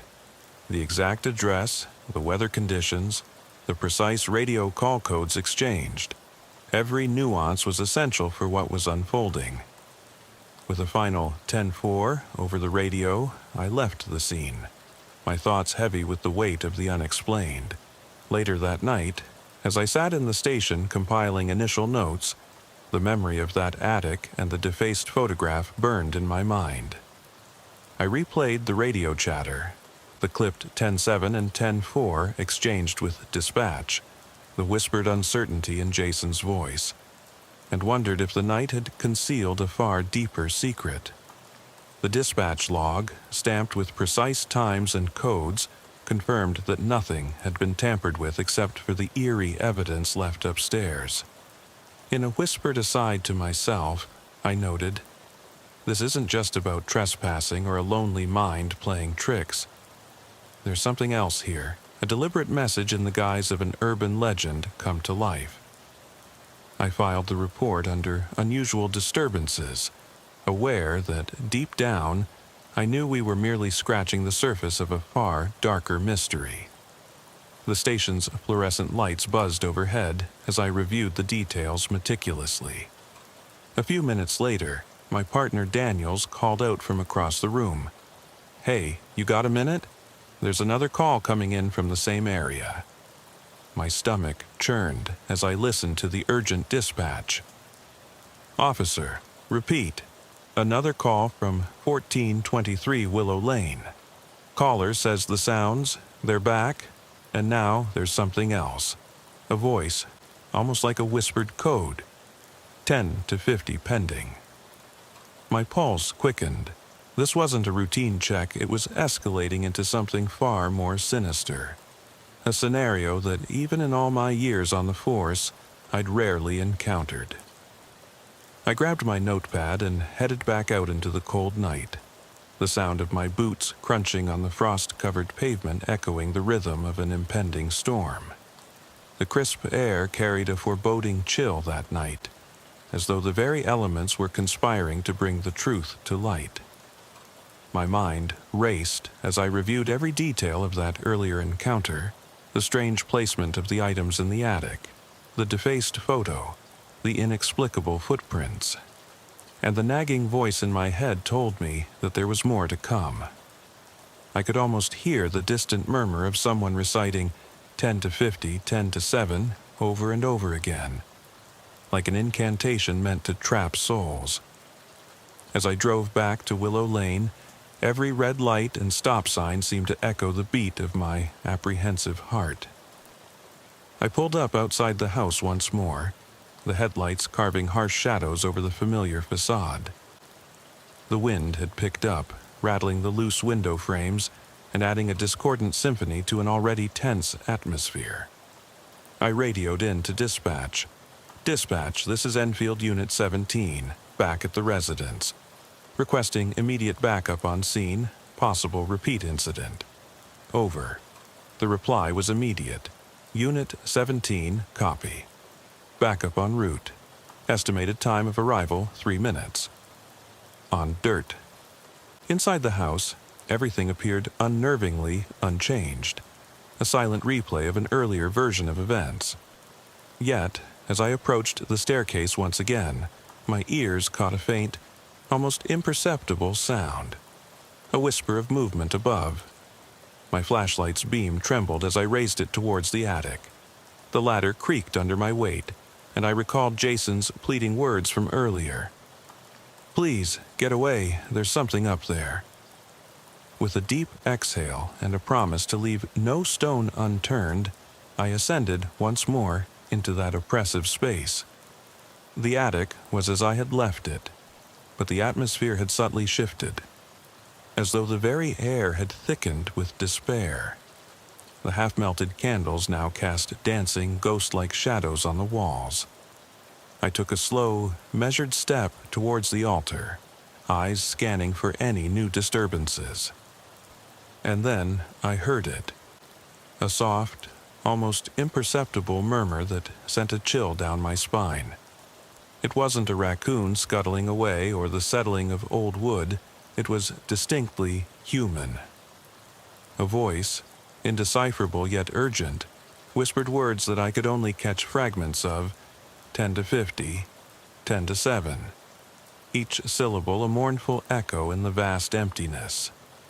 My training kicked in as I reached for my radio. "Dispatch, this is Enfield Unit 17. I'm in the attic. I'm hearing whispers, repeating codes. I'm going to secure the area. Over." The response was immediate, calm, almost rehearsed. "Unit 17, remain where you are. Backup is still en route. Stand by for further instructions." On dirt, I could feel the sweat beading on my brow despite the cold, and I knew every second stretched on impossibly. Slowly, deliberately, I circled the altar, taking photographs and making notes in real time. Every detail, the slight smear of melted wax on the crate, the arrangement of the bones, the way the photograph seemed almost deliberately slashed, spoke of a calculated act meant to terrify. That night, after I finally descended back to the worn hardwood floors of the house's living room, I sat with Jason in his cluttered kitchen, the tension between us nearly tangible. "It's not over, Jason," I whispered as I reviewed my notes with him, the low hum of his refrigerator and the occasional drip of a leaky faucet punctuating our grim conversation. "There's something here, something that's calling you, using these signals, these codes. I can't say it's paranormal, but it's nothing typical either. I'm keeping the case open, and I'll be back tomorrow for a fuller investigation." His eyes welled up with a mix of terror and resignation, and the clock on the wall ticked monotonously. Each second another reminder of a reality that was slipping away from him. Later, back at the precinct, I detailed every moment to my sergeant. The dispatch codes, the precise statements from Jason, the physical evidence, and my own chilling impressions from that attic. The sergeant, a grizzled veteran of similar calls, gave a curt nod. "Keep it tight, officer. Document everything to the letter. Sometimes the truth is hidden in the minute details," he muttered, his voice heavy with years of unspoken cases that blurred the line between fact and nightmare. I archived the initial report under case number 1147-CR and set a reminder to recheck the scene in the early morning hours. Outside, the storm clouds gathered in silent judgment, and I knew deep down that this was only the beginning. A few days later, the silence was shattered by another frantic call from Jason. It came in just past midnight, his voice cracking with desperation as he stuttered, "They're back, officer, the footsteps, and now there's something else, a whisper. I think it said my name." I could hear his labored breathing, interwoven with the soft, eerie tapping of a clock somewhere in the background. 10-4, Jason," I replied in a low, measured tone, trying to mask the rising dread in my own voice as I radioed in. "Dispatch, this is Unit 17. We have a reoccurrence at 1423 Willow Lane. Requesting immediate medical and investigative backup. Over." The response was instantaneous, a flurry of static codes, and the reassurance of additional units en route. I grabbed my gear and headed out, my mind racing with possibilities that no training could fully prepare me for. I arrived to find Jason standing at his front door, his hair mussed by distress and eyes wide with terror. The scene was charged with an intensity that night. A heavy rain had started, drenching the quiet street and adding a chaotic rhythm to the ambient whispers I had heard before. "Officer, please, get inside, they're here," he pleaded, voice quavering as he fumbled with the door. I stepped in first, scanning the perimeter. The house was silent except for the sound of rain battering the roof and the intermittent crackle of the radio. "Stay here, Jason, I'm heading upstairs," I instructed firmly as I ascended the staircase once more. Back in the attic, the scene was unchanged in its bizarre arrangement, yet the oppressive atmosphere was nearly suffocating. I cautiously approached the altar again, my flashlight struggling against the dense darkness. The murmur, the same dissonant refrain of 10 to 50, 10 to 7, had returned with renewed urgency, almost as if it were chasing me. Every step, every breath, was measured and deliberate, my training on full alert. I radioed in once more. "Dispatch, I'm in the attic again. The whispering sound has intensified. I'm marking the exact location. Over." A pause, then the calm voice of dispatch answered. "Copy that, Unit 17. Backup is on scene. Remain stationary and do not disturb anything." I scanned every inch of the room, my eyes darting from the altar to a darkened corner behind a pile of old cardboard. Something moved, a fleeting shadow perhaps. I could not be sure, but I felt the sinister presence of an observer. The oppressive silence was shattered by the sound of hurried footsteps outside, and I froze as the beam of my flashlight settled on a narrow gap in the wall, as if it were a secret passage. It was in that moment that every rational explanation melted away, replaced by a raw, visceral fear. I documented every detail, the scorched smell of candle wax, the humidity clinging to the decaying wood, the almost imperceptible scratching of a window in the distance. And then I heard it clearly. A slow, deliberate knock on the attic door from within the darkness. My heart pounded as I reached for the radio. "Dispatch, I'm hearing knocking inside the attic." I repeat, there's someone knocking from the dark area. A brief pause followed, then static, and finally the familiar reply. "Unit 17, maintain your position. Do not approach further until backup arrives." On Dort, I hesitated only momentarily before retreating back down the ladder, the memory of that knock engraved in my mind. In the cool, stormy living room below, I found Jason huddled in a corner, muttering in disbelief. I told you it wasn't just in my head," he whispered with trembling conviction, the rain now masking his words in a steady, ominous cadence.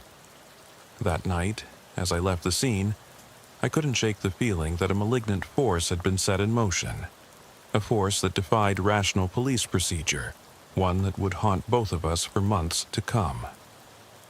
Back at the station the following morning, the case file had grown disturbingly thick. I meticulously transcribed my notes, detailing every radio call, every observed shadow, every whispered code. The evidence was neatly logged under Case Number 1, 1147-CR, with timestamps noting 10:27 p.m., 10:45 p.m., and then that harrowing midnight call.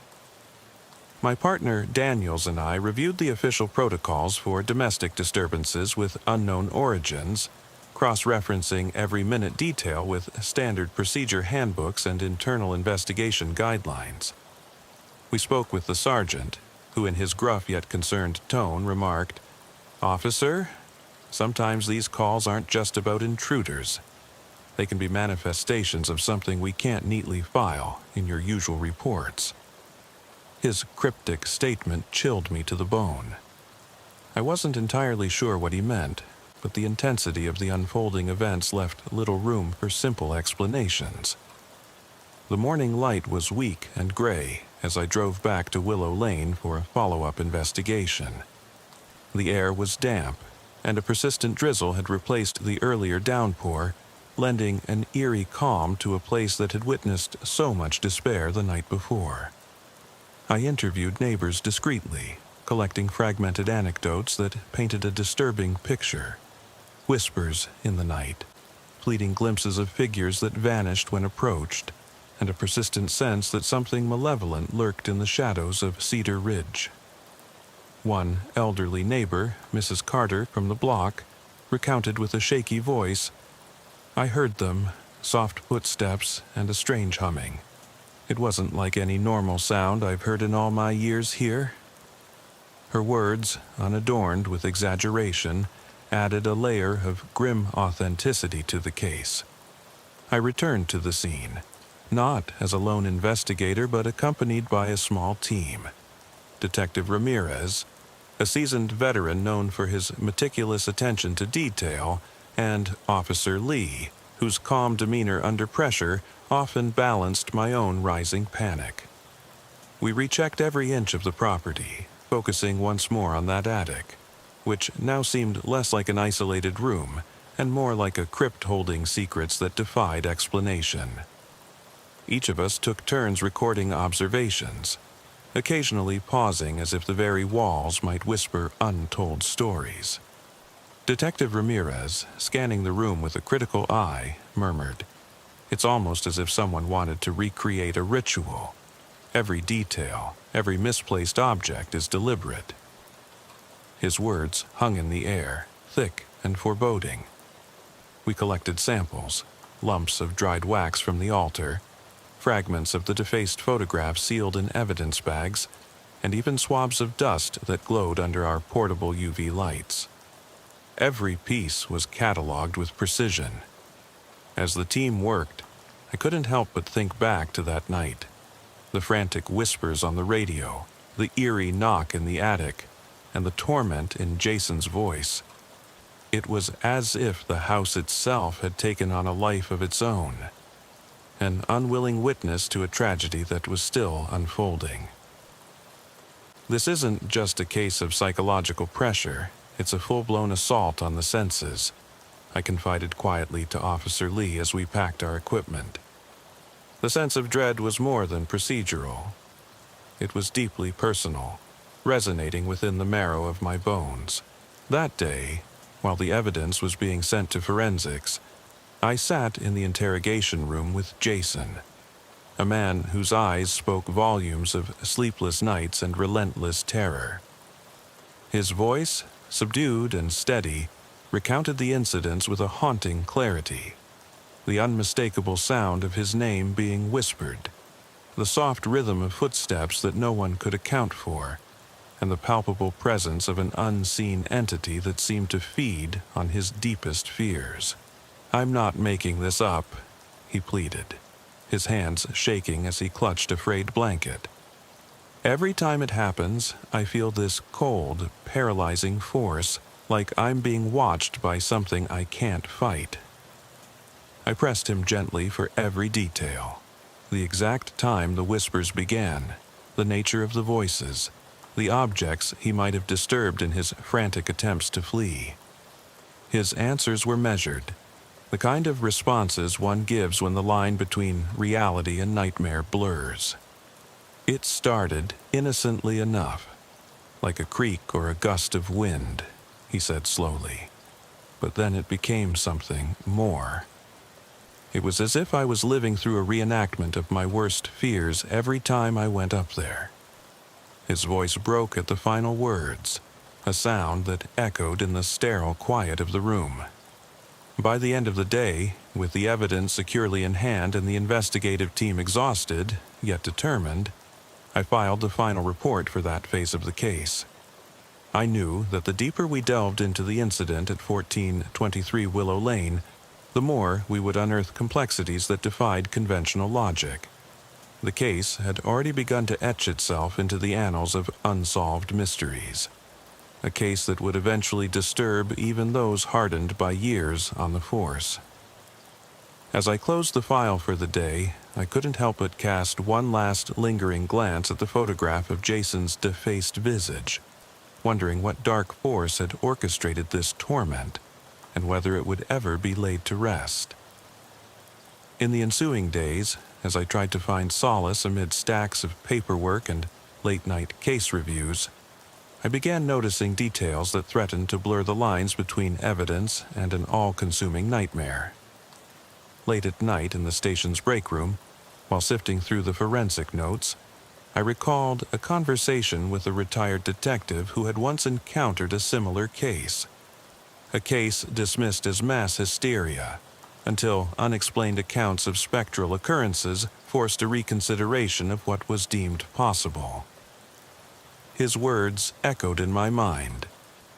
Sometimes the truth is too terrible for the living to bear, and the spirits of those forgotten find solace in exposing that truth. Though I'd once scoffed at such ideas, the relentless horror of this case had forced even my rational mind to consider the unexplainable.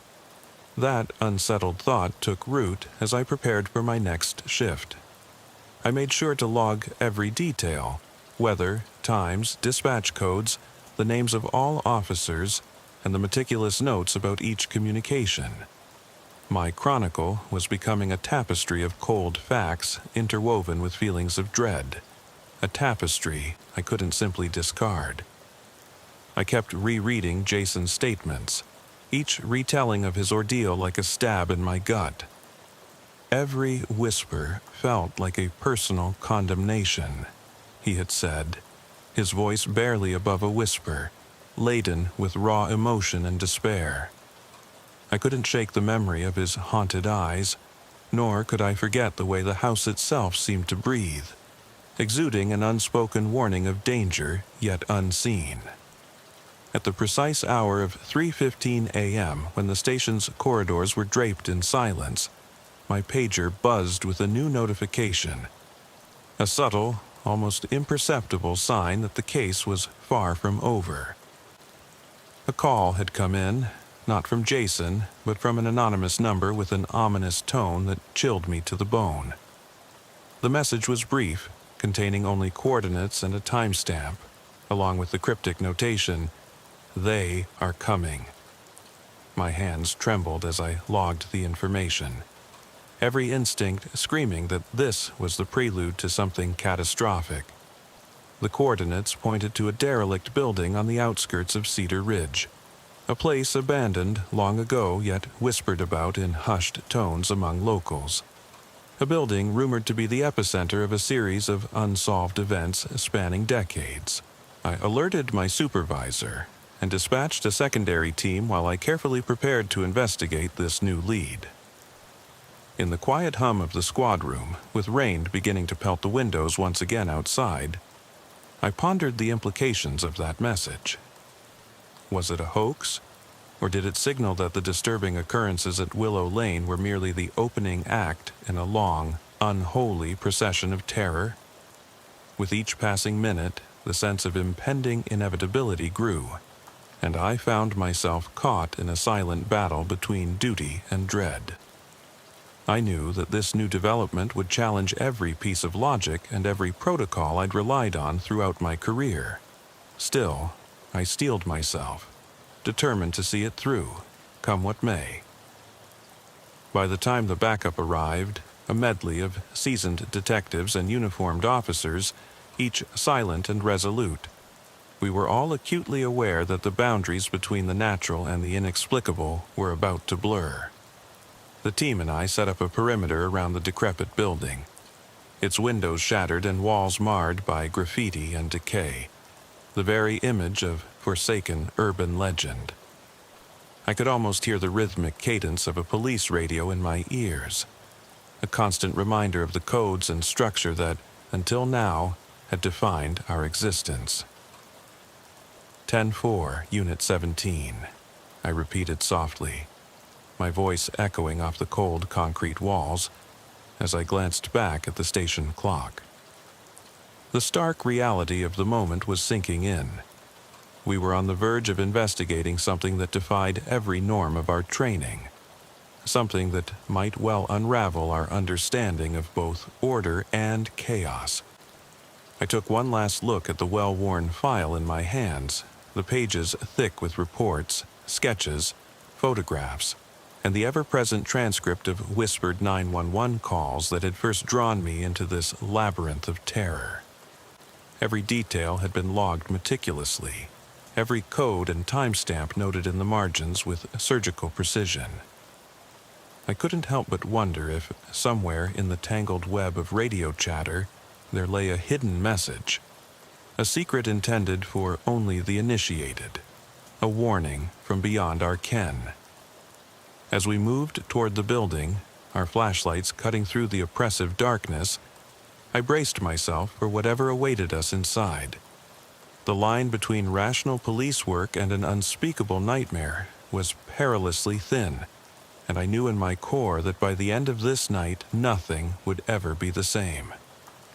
Even now, as I recall that night in the precinct, the hushed whispers in the corridors, the constant, unyielding pressure of unanswered questions, I remain unsettled. The case of 1423 Willow Lane, punctuated by coded cries and haunted silences, was no longer just another entry in my logbook. It had become a part of me, an indelible mark on my soul, a reminder that sometimes the truth is stranger and far more terrifying than any fiction we dare to imagine.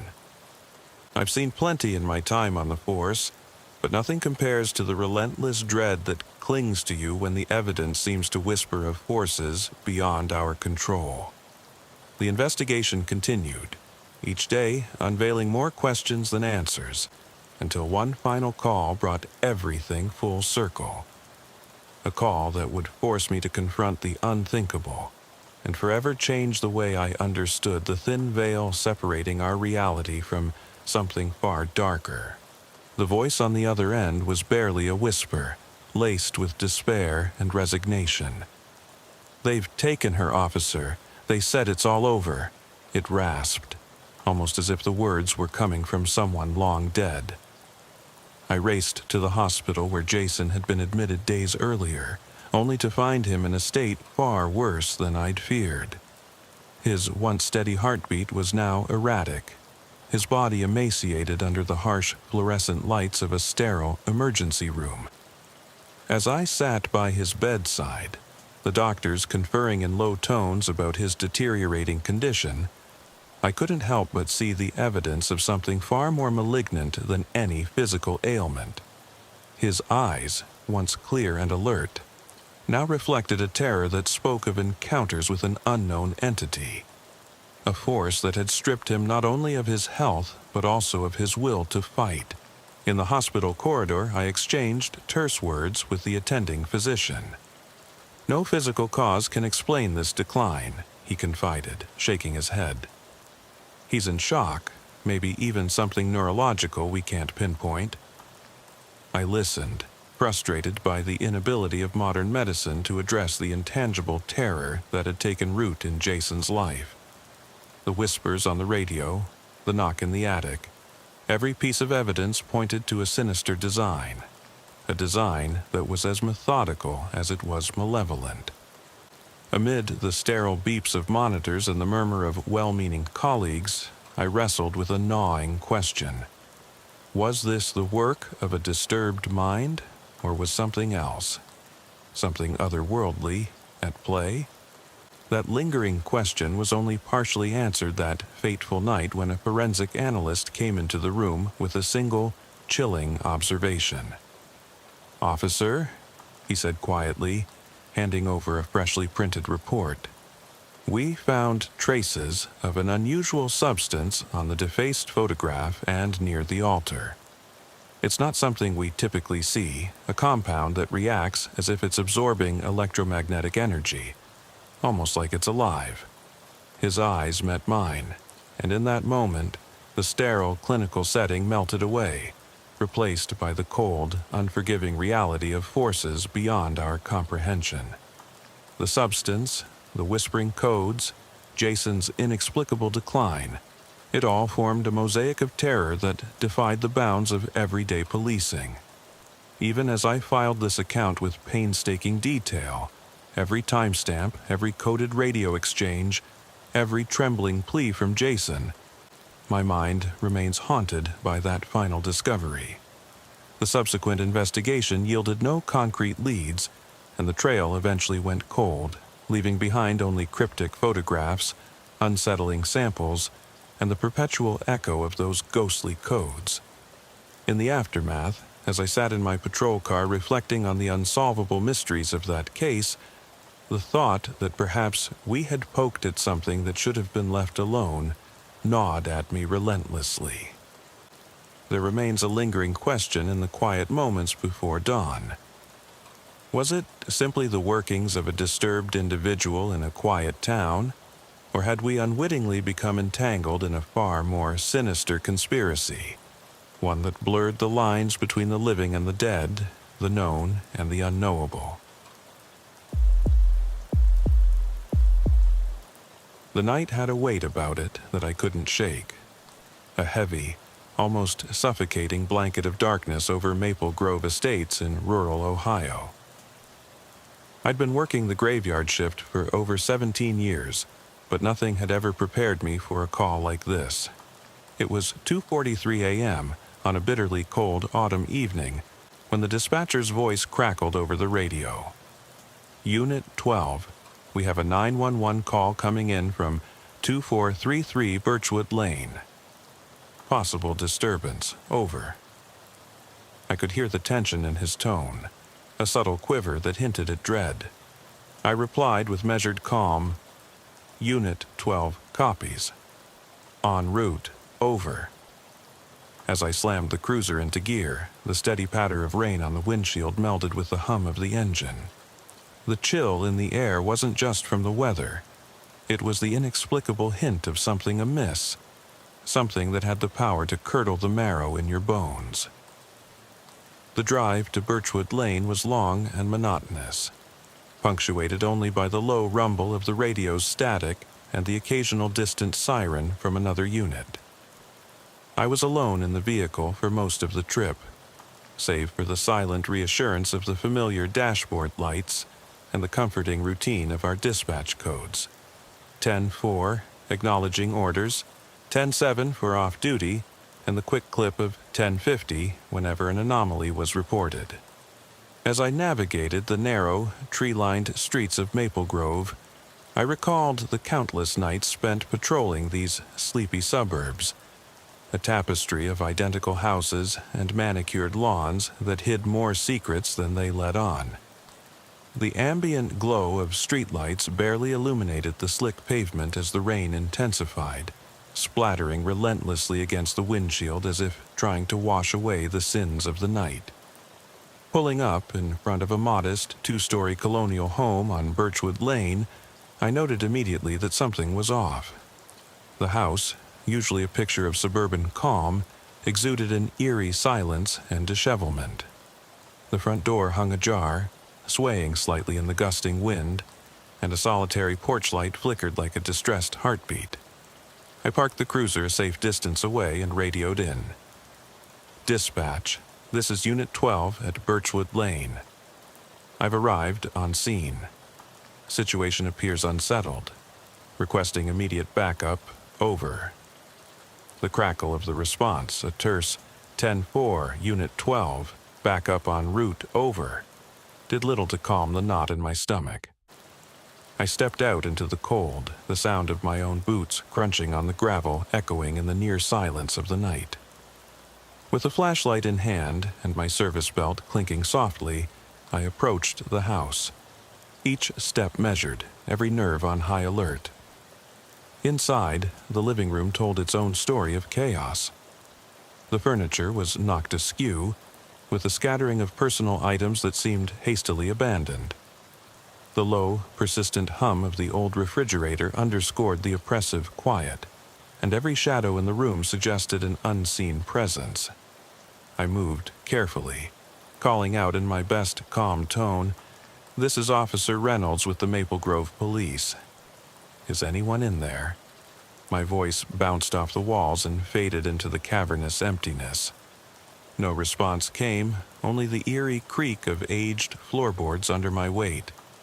I scanned the room with my flashlight, a thin beam slicing through the darkness, when something caught my eye. In the far corner, barely visible, a dark shape shifted and then vanished. My heart skipped a beat, and I quickly moved toward the spot. As I reached the corner, I could only see a trick of the light and an oddly shaped shadow along the wall. My hand trembled imperceptibly on my flashlight, and I urged myself to remain professional despite the creeping sense of foreboding.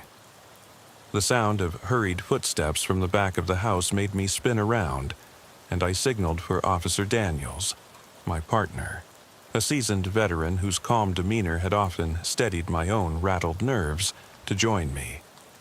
"Daniels, you there? I'm in the living room." "I think something's off," I whispered through the comm. His measured 10-4, "I'm on my way," came after a tense pause. Together we moved toward the back door. With each step, every creak and rustle became a portent of impending chaos. I recalled previous calls, smaller disturbances that had turned out to be nothing more than a prank or a momentary lapse in routine. But tonight felt different. Tonight, the oppressive weight of dread in the air was palpable, as if the darkness itself were watching, waiting. Outside, the rhythmic drumming of the rain against the asphalt was suddenly interrupted by a sharp, frenzied tapping, a persistent sound coming from the overgrown backyard. The address marker, 2433 Birchwood Lane, shuddered in the wind as we approached a side window. I peered through the grimy glass and saw nothing but the dark void of the unkempt yard. With no clear answers, I retraced our steps back into the foyer, noting every detail. The burst of cold air as a window remained open, the faint trace of footprints on the wet floor leading to a closed door. I whispered, "Daniels, check the basement. I have a bad feeling about this." In response, his steady voice crackled, "Copy that, Reynolds. I'm heading down now." The descent into the basement was a slow, deliberate act, each creak of the stairs echoing like a countdown to the inevitable. Even as I watched Daniels disappear into the murk, my mind churned with questions. What could have caused the residents to make that frantic 911 call? And more importantly, what was it that I sensed? A trick of the light, a figment of my imagination warped by exhaustion, or something far more sinister lurking beneath the veneer of everyday suburban life? The tension built with every step I took back to the living room, where I radioed dispatch updates and maintained a continuous loop on the comms. Unit 12 to dispatch, all clear in the foyer, but I'm maintaining observation. Backup en route. The response was a terse affirmation, and my eyes never left the darkened corners of the house. Inside, the unsettled silence was punctuated by occasional, inexplicable sounds. A creak here, a whisper of movement there. My flashlight beam juggled with the shadows, as if in a macabre dance with the darkness itself. I began to question the reliability of my own senses when a soft, indistinct murmur reached my ears, a sound that might have been a hushed conversation or the distant rustling of fabric. I strained to discern words, but they were swallowed by the thick, humid air of fear. The boundaries between reality and nightmare blurred, and for one agonizing moment, I wondered if the call had been a prelude to something unimaginable. Daniel's voice suddenly reverberated through the comm from the basement, low and urgent. "Reynolds, you need to come down now. I've seen something. It's not right." My blood ran cold. I sprinted down the creaking stairs, the flashlight beam shaking violently in my grasp as I reached the bottom. The basement was a cavernous space cluttered with old storage boxes, forgotten furniture, and the heavy odor of damp decay. The only light came from a single, flickering bulb overhead that cast jittery shadows along the walls. In one corner, stacked against a brick wall, lay a scatter of papers and an old jacket, the remnants of a life abruptly interrupted. The narrow beam of my light fell upon a dark figure near the far wall, a subtle yet distinctly human silhouette, crouched as if hiding or cowering from something unseen. Daniels stood beside me, his face etched in fear and disbelief. "Reynolds, that's not one of them," he whispered, his breath coming in short, rapid bursts. "I've never seen anyone like that in these parts." I swallowed hard, feeling the cold tendrils of dread coil tighter around my spine. "Dispatch, we have a contact in the basement. I repeat, we've located an unidentified subject, requesting immediate lockdown and investigation support." There was a long silence before the dispatcher replied with barely contained concern. "Unit 12, maintain visual. Backup is on its way. Over." And so we stood there, two figures bathed in the sickly glow of a dying light, hearts pounding in rhythm with our escalating terror as we braced ourselves for what lay beyond the next dark corner. The investigation took on an even more disorienting quality as we began a meticulous search of the basement. Every shadow seemed to move with a mind of its own. Every creak whispered secrets of a past that was best left undisturbed. I retraced steps and cross-checked every corridor of the old structure, all the while narrating the scene into my personal recorder, a habit formed from years of wanting to document every shred of evidence, every fleeting moment of fear.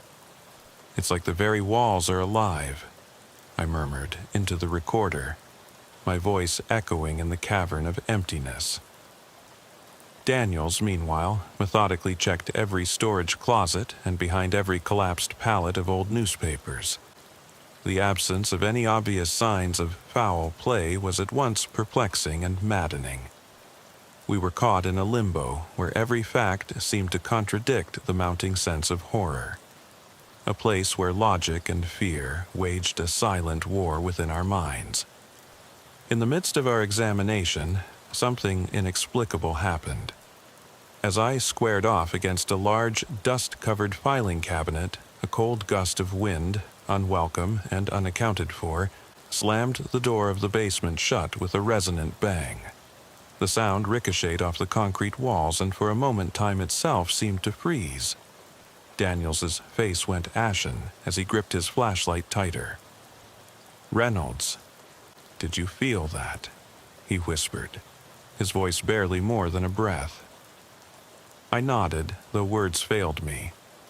In the oppressive darkness, my mind raced through every possibility. A structural flaw, an open window, even an errant animal. But nothing explained the chill that now engulfed the entire space. The hum of the fluorescent bulb overhead became a droning heartbeat that pounded in my ears, and I couldn't shake the feeling that something unseen was biding its time in the shadows. I moved toward the closed door and, with trembling hands, tried to pry it open. The door, solid and unyielding, creaked slightly as I forced it, revealing nothing beyond but a corridor that stretched back into darkness. In that moment, the basement no longer felt like a part of an ordinary house, but rather a threshold to another realm. A realm where the rules of reality bent and twisted in the shape of your deepest fears. I radioed dispatch again. "Unit 12 to dispatch. We're experiencing anomalous conditions in the basement. Request further instructions. Over." The reply, laced with an undertone of apprehension, was measured yet terse. "Unit 12, stand by. Do not disturb the scene further. Backup is en route. Over." The finality in that response did little to ease my mind. Standing there, in the heart of a home that suddenly felt like it had been warped by something otherworldly, I wondered how a seemingly routine call could unravel into a nightmare that we were only beginning to understand. As the minutes stretched into an agonizing eternity, every passing second amplified the sense of isolation, vulnerability, and despair. We eventually secured the perimeter of the basement, meticulously retracing every step, as the faint sound of approaching sirens signaled that additional units were arriving.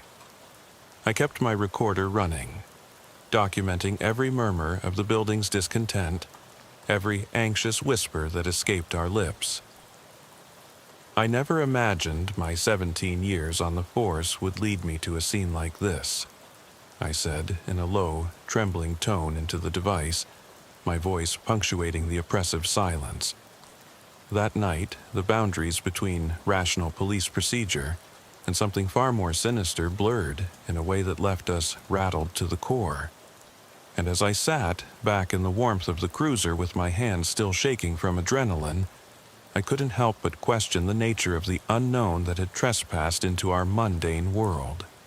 A mystery that would haunt me long after the call was logged as just another anomaly in the endless routine of duty.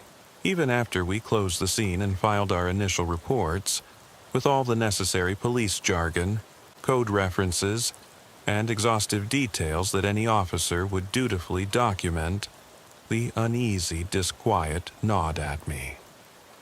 Over the following days, I combed through the surveillance footage from nearby street cameras, hoping to rationalize the inexplicable events with solid evidence. In one grainy clip time-stamped 2:57 a.m., I caught a glimpse of the spectral silhouette in the backyard, barely discernible, but unmistakably there. I reviewed the recordings with a fine-tooth comb, noting every detail. The sound of hurried footsteps, the hush of frightened whispers over the radio, and a series of moments where reality itself seemed to warp with a palpable, almost malevolent presence.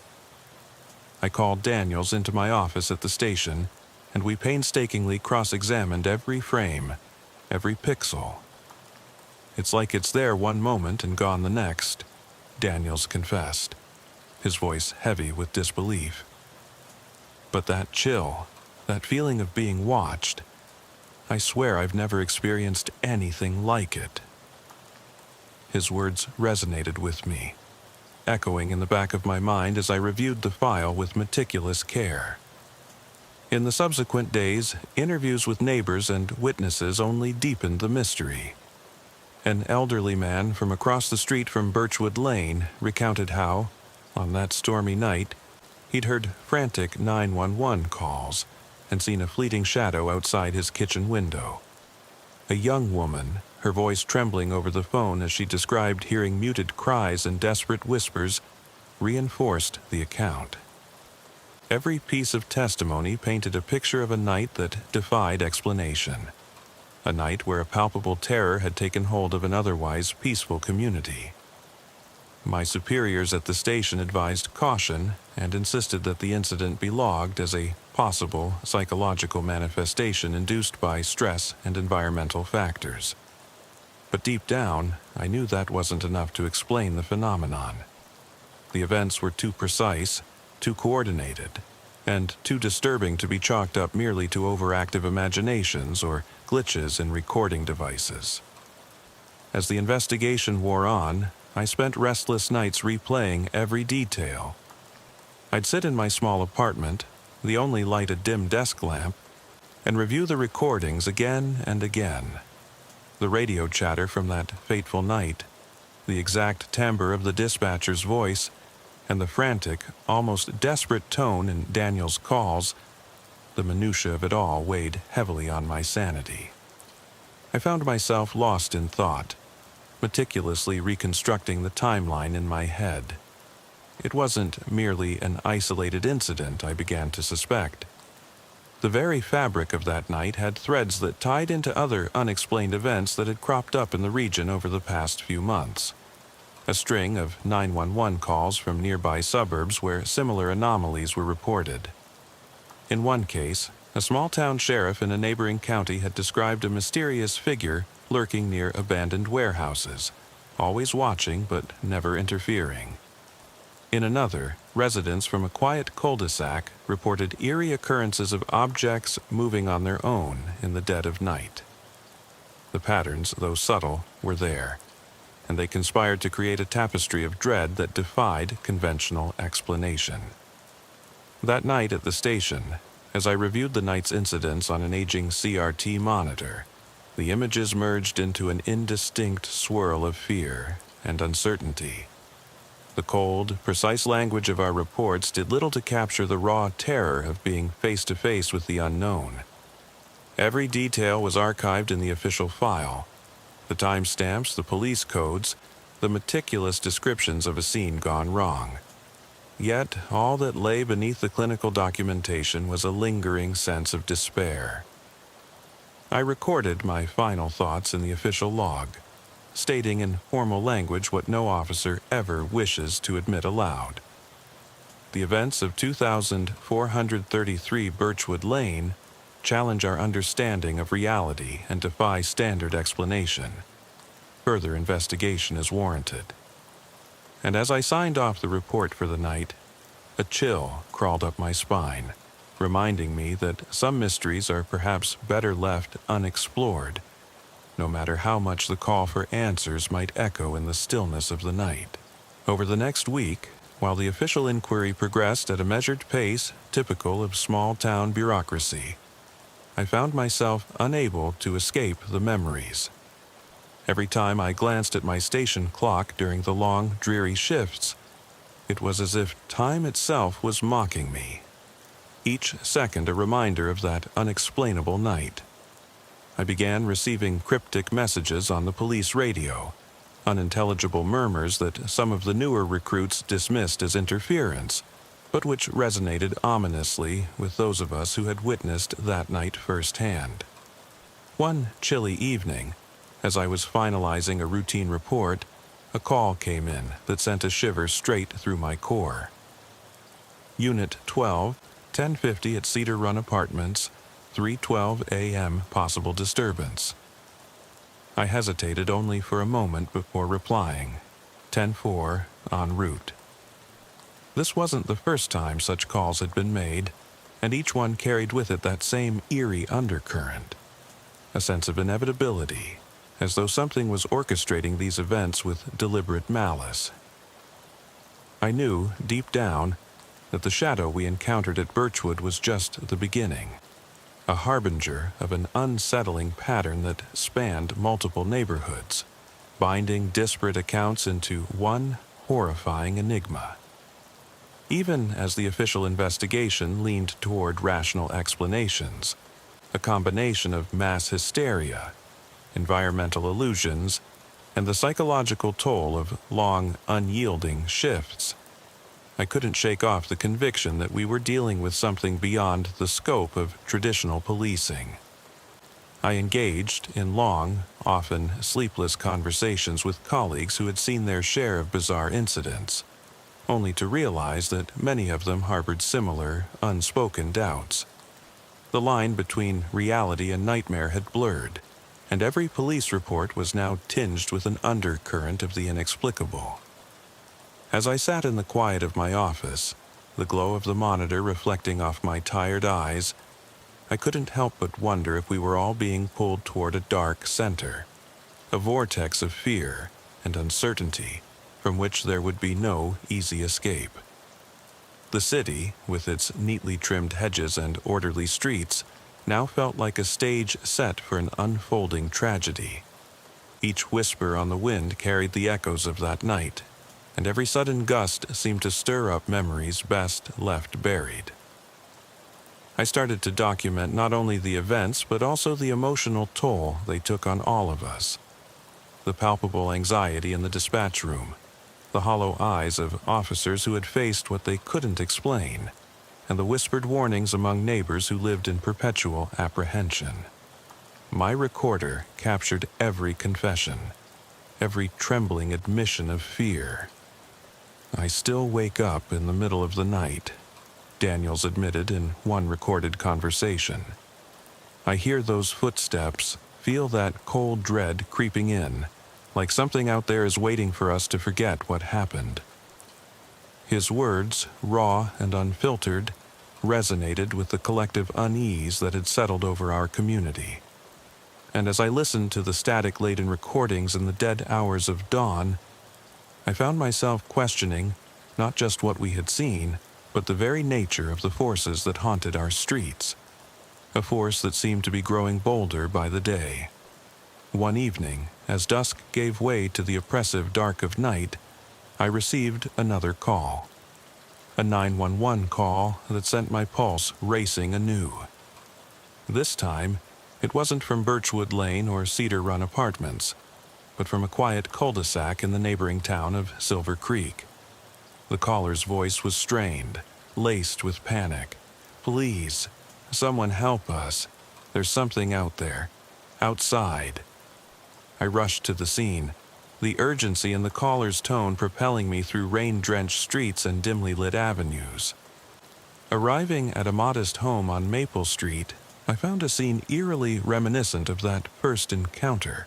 A door left ajar, interior lights flickering, and a silence so profound it almost screamed. As I stepped over the threshold, the overwhelming sense of dread returned in full force. It was as though the very air was saturated with the memory of that fateful night, drawing me inexorably deeper into the labyrinth of fear and uncertainty that now plagued our community.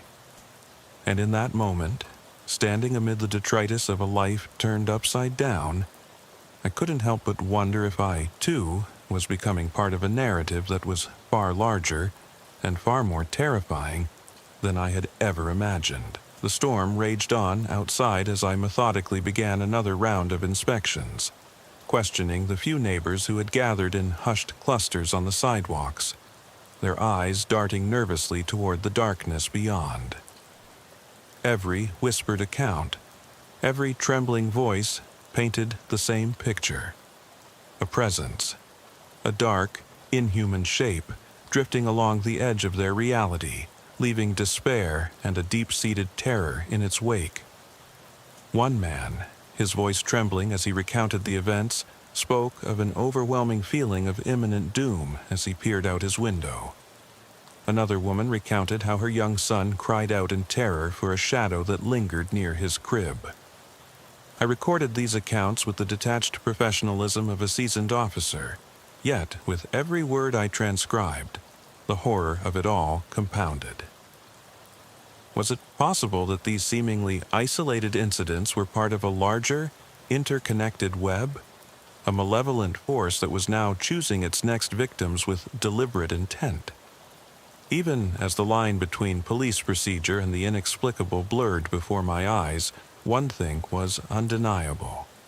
Something was stalking the quiet streets of our once peaceful community, and it was far more sinister than anyone had ever dared to imagine.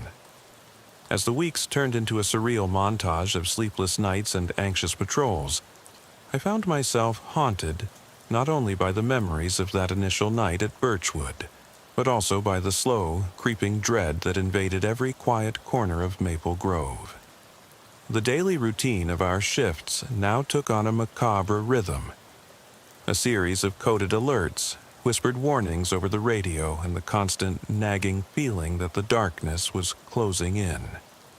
Every time the dispatch crackled with a new call, 10:50 at, or possible disturbance at, my heart would race with the same trepidation I had felt that first night. The official memos and reports were filed, the board meetings held with clinical detachment, yet no one could shake the pervasive sense that something deeply unsettling was festering right under our noses. And so, I continued my work, recording every detail, every unexplained anomaly into my log. A desperate attempt to make sense of an ever-growing nightmare. There were moments, in the still hours of the early morning, when I would catch a glimpse of something in the reflection of a shop window or the darkened glass of a parked car. A movement that wasn't quite right. A shadow that lingered a beat too long. It was during one such night that I found myself driving along an isolated stretch of road near Silver Creek when the radio suddenly burst into static. Amid the hissing noise, a faint voice, trembling and indistinct, whispered, "It's coming back! It's coming back!" I pulled over, heart pounding, and listened as the message repeated itself.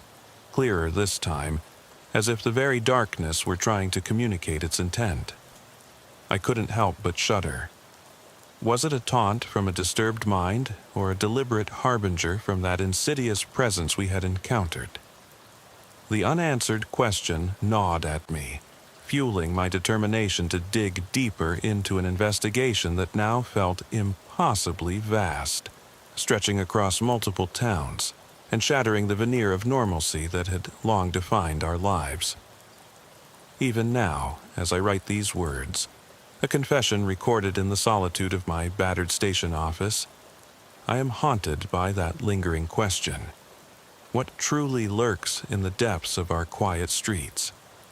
The calls, the unexplained movements captured on grainy video, the visceral terror on the faces of those who dared to speak of their encounters, all serve as a stark reminder that the world we think we know may hide horrors we're ill-equipped to comprehend.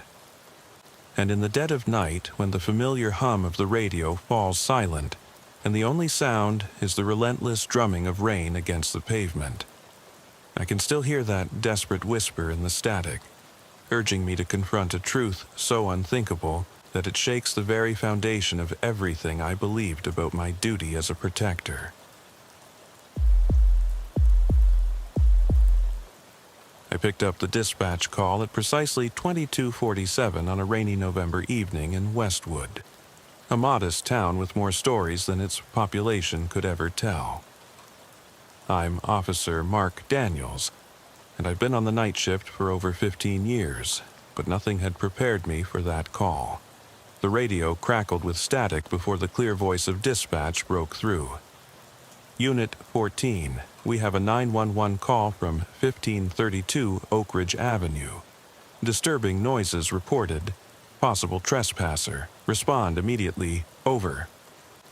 I gripped the steering wheel tighter as I acknowledged. 10-4, dispatch. En route. The sound of rain tapping on my windshield punctuated the urgency of my thoughts. I knew 911 calls were never straightforward. They carried weight, and often something dark lurked beneath the surface of routine disturbances. The drive to Oak Ridge was a blur of slick, rain-soaked streets and neon reflections from closed storefronts. I parked a few blocks away from the address, a modest, two-story house that looked out of place amid neatly trimmed lawns and traditional American suburban architecture. As I walked towards the scene, my radio murmured updates from nearby units, repeating routine codes and check-ins in clipped professional tones. Unit 17, copy 10-7. Suspect unidentified, maintain safety. Every word reinforced the solemn ritual of our duties, a stark reminder that even in small towns, emergencies could spiral into inexplicable horrors. Reaching the property, I noted that the front porch light was off, a rarity in these parts where neighbors always left a window lit at night. I fumbled for my flashlight and radioed, "Dispatch, this is Daniels. I'm at Oak Ridge Avenue. There's no sign of forced entry. However, I hear faint voices from inside the house. Requesting backup, over." The door creaked ominously when I pushed it open, and the stale smell of damp wood and decay greeted me.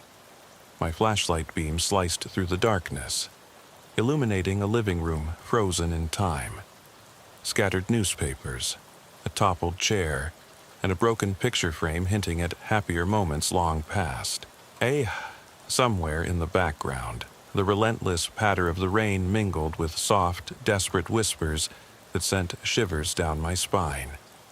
Every step further inside felt like venturing into an unseen realm. The subtle echo of my boots on creaking floorboards was the only sound until, from an upstairs hallway, I picked up the unmistakable murmur of a terrified person. It's happening again." A trembling voice whispered over the intercom of my mind, urging me to tread carefully. I spoke softly. "This is Officer Daniels. I'm here to help, but I need you to remain calm and stay where you are." The response was muffled, almost as if the speaker were hiding behind layers of dread and disbelief. I moved upstairs, each step measured and deliberate, the atmosphere growing heavier with every footfall. The hallway was lined with family portraits whose eyes seemed to follow my progress, reflecting the anguish and secrets of a life that had once been full of promise. In the farthest room, I found the source of the sound, a small study that looked hastily abandoned. Papers were strewn across the desk. A cold cup of coffee sat half-finished beside a glowing computer monitor, and in the corner, an elderly woman huddled in a darkened chair. Her eyes were wide with fear, and as soon as our eyes met, she began to babble in a voice that quavered like a fragile melody. They're in the walls. They're watching. Her words pierced the silence like a warning bell, and I instinctively reached out, lowering my voice to a calming cadence. "Ma'am, you're safe now. I'm going to get you help. Stay with me." The tension in the room was palpable, every shadow a potential threat as the woman's hysteria painted a picture of imminent danger. I radioed for immediate medical and specialized support. Unit 14 to dispatch, I've secured a 911 call at Oak Ridge. Need paramedics and tactical backup. I repeat, need immediate assistance at Oak Ridge Avenue. Over. The line crackled in response. The familiar codes a temporary reassurance amidst the encroaching chaos. As I escorted the woman downstairs to safety, the house itself seemed to groan under its own history. Faded wallpaper peeled from the walls as if trying to escape the burden of hidden secrets, and every creak and whisper of wind through the broken windows added to the mounting suspense. Outside, thunder rumbled low and threatening in the distance, synchronized with the pounding of my heart. While waiting for backup, I kept a vigilant watch on the surroundings, every instinct screaming that something wasn't right. I found a discarded notebook on a side table, its pages filled with frantic scribbles and references to old local legends, stories of restless spirits and tragedies that had plagued the town long before modern amenities and technology. The notebook mentioned the name Evelyn repeatedly, a common name in Westwood, but here it was transformed into a haunting refrain that suggested the house's history was intertwined with loss and sorrow. I couldn't shake the feeling that the call wasn't merely about an intruder. It was a cry from the past, a disturbance that blurred the line between reality and the remnants of old wounds. After securing the woman in a neighbor's home where warmth and proper care replaced the menace of the forsaken house, I returned to the scene with a heavy mind. While backup arrived, tactical units, paramedics, and seasoned detectives, I began a meticulous review of every detail. I talked to nearby residents, many of whom recalled strange happenings over the years. Phantom voices at night, lights flickering in otherwise dark homes, and eerie figures seen in the peripheral gloom of their driveways. Each account, delivered in hushed tones and trembling words, added layers to an already disturbing mosaic. "I saw her," one man insisted as he recalled an apparition near the old Miller place, just standing there, looking right at me, even though I was alone. These testimonies, though diverse in detail, all hinted at an underlying force that was both unexplainable and profoundly personal. Inside the investigation, routine procedures took on an ethereal quality. I reviewed the phone records, scrutinized surveillance footage, and combed through witness statements, all while the storm outside mirrored the turbulence of the situation. The rain had eased slightly, but a cold mist now crept along the ground, transforming the neighborhood into a stage of spectral apparitions. Through my radio, other officers reported similar eerie encounters across Westwood, a pattern emerging that suggested this wasn't an isolated incident, but a ripple in a broader, uncharted anomaly. By the time I wrapped up my initial report, my voice was steadied by professionalism, but my soul trembled with unspoken dread. The call of 911, a siren in the night, had unfurled layers of mystery that defied easy explanation. I spent the remainder of the night at the station, my mind replaying every detail while I methodically logged events into my report. The final piece of evidence was a series of recorded radio transmissions from that fateful evening. Amid the standard codes and updates, a single garbled message shivered through the static, barely discernible and laden with terror. "They're inside, the walls. Don't let 'em in." I replayed the message repeatedly, trying to catch every nuance. My colleagues exchanged uneasy glances as one veteran officer muttered, "That's the kind of thing you hear in the movies, not on a real call." But even as skepticism clashed with our shared instincts, we all knew the gravity of that fractured voice. As dawn crept over Westwood, tinted with a bleak gray that promised more uncertainty than hope, I couldn't help but wonder if I had unwittingly unearthed a truth that many in our community had tried to bury, one that would forever haunt the corridors of our memories, long after the echoes of that night had faded. The next evening, barely 24 hours after the Oak Ridge incident, my cruiser was pulled over a narrow road leading to the outskirts of Westwood. This time, the call came in over the radio with an urgency that rivaled the previous night's events. Unit 14, 10-33 at 47 Blackwood Lane. Disturbance reported. Suspect actively roaming the premises, may be armed. My stomach churned as I scanned the address on my dashboard. Blackwood Lane was in an area notorious for its abandoned farmhouses and overgrown fields, a place that local legends had long claimed was cursed by misfortune.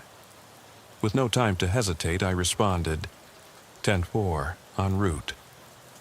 The drive was relentless. Rain had returned in a torrential downpour, and the familiar neon haze of Westwood's rundown diners and liquor stores blurred past me as I navigated slick, winding country roads. Upon arrival, my senses were assaulted by the overwhelming aura of decay and isolation. The building at 47 Blackwood Lane was a decrepit farmhouse that had seen better days, its once proud architecture now a crumbling testament to forgotten decades. I parked under the meager cover of a gnarled oak tree, its limbs twisting like arthritic fingers against the stormy sky. Before stepping out, I ensured that my radio was set to continuous monitoring. "Dispatch, this is Daniels. Arrived at Blackwood Lane, proceeding with caution, over." I advanced toward the entrance, the heavy wood door creaking as I pushed it open. Inside, the atmosphere was stifling. The only illumination came from sporadic flashes of lightning that revealed peeling wallpaper, broken furniture, and deep-set stains on the floor. Marks of a violent past that the building itself refused to forget. A persistent patter of rain and the occasional rumble of thunder were the only sounds as I methodically made my way through each room. The layout was disjointed, with narrow hallways leading to storage spaces cluttered with relics of farm life. Old tools, rusted machinery, and faded photographs whose subjects seemed to warn of buried secrets. I radioed for backup again. "Dispatch, I'm in the structure." "Unknown. Suspect in sight, I repeat. Unknown suspect on site." Over the radio came the familiar cadence of confirmation. "Unit 14, copy. Backup is en route. Maintain situational awareness." En route. In one of the parlor rooms, I finally encountered the source of disturbance. A man, or rather what remained of him, huddled in a corner near a shattered window. His clothes were soaked through, his eyes wild with terror as he gasped, They're coming from the fields. I heard voices calling my name. I can't escape." His words tumbled out in a disjointed rush, punctuated by desperate sobs and gasps for air. I kept my tone firm yet sympathetic. "Sir, you're safe now. I'm here to help. Stay calm and tell me what you saw." His shaking hands pointed toward a darkened hallway leading to a back room, and every inch of my training screamed that every detail mattered in piecing together this grim puzzle. As I escorted the distressed man toward a more secure area of the farmhouse, I couldn't help but notice how the building seemed to shift under the weight of the darkness outside. A creak here, a distant thud there. The sounds weren't just products of an old structure settling. They carried an unnerving, almost intentional cadence that set my nerves on edge. Outside, the torrential rain blurred the boundary between the physical and the surreal, as lightning illuminated brief snapshots of motion beyond the broken windows. I paused by one such window and caught a glimpse of what appeared to be silhouettes moving in the fields, a slow, deliberate pacing that resembled both human and something altogether unnatural. My radio crackled to life once again. Unit 14, maintain a safe distance. Suspect description matches local reports of unidentified wanderers. Exercise extreme caution. On Nokta Yedi, I acknowledged the message even as I wrestled with the possibility that this incident, like the one on Oak Ridge, was part of a larger pattern. A series of disturbances that defied normal explanation. In the farmhouse's isolation, I documented every detail, my notebook filling up with precise observations, the exact time stamps of each sound, the specific directions of movements, and every coded message transmitted over the radio. My every word echoed in the dim light as I interviewed the man, whose fragmented recollections painted an image of an unseen force, a presence that had haunted him before, urging him toward the fields, whispering his name in voices that sounded almost familiar. I heard them say, "Come home, Mark," over and over. He finally managed, in a trembling monotone that sent a chill through my spine. The name struck me like a jolt. I couldn't recall any recent incident involving that name, yet it resonated with a disturbing familiarity. I reassured him softly, "It's all right. You're safe here now. We're going to figure this out." Even as I spoke, the farmhouse seemed to breathe around us. Every creak and groan a reminder that some places carried ghosts not of the past, but of unfinished, unresolved tragedies. Backup arrived amid the relentless storm. A squad of fellow officers and a couple of detectives accustomed to the grit and grind of real emergencies. Their presence brought a temporary order to the chaos, but behind the professional veneer, each of us shared a palpable sense of disquiet. We scoured the farmhouse together, methodically covering every inch with flashlights and scanning for evidence of the spectral warnings that had already rattled me.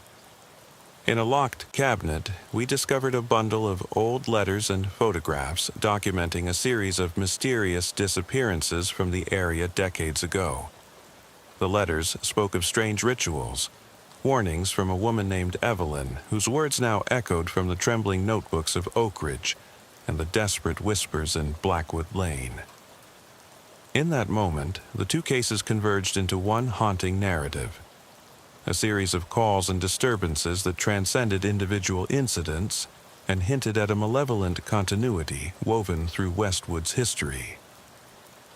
As the night dwindled, the farmhouse was cordoned off and the distraught witness taken to a nearby hospital where detectives began formulating a theory that blended established criminal behavior with unexplained, almost paranormal elements.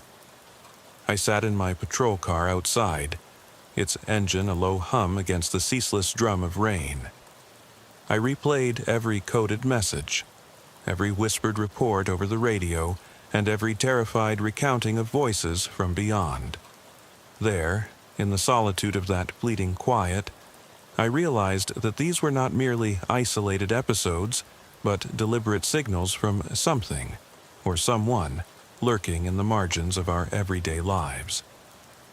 And as the rain finally tapered off, leaving behind the slick reflections of a town haunted by its own secrets, I knew that whatever force was at work, it was relentless and far from finished with us.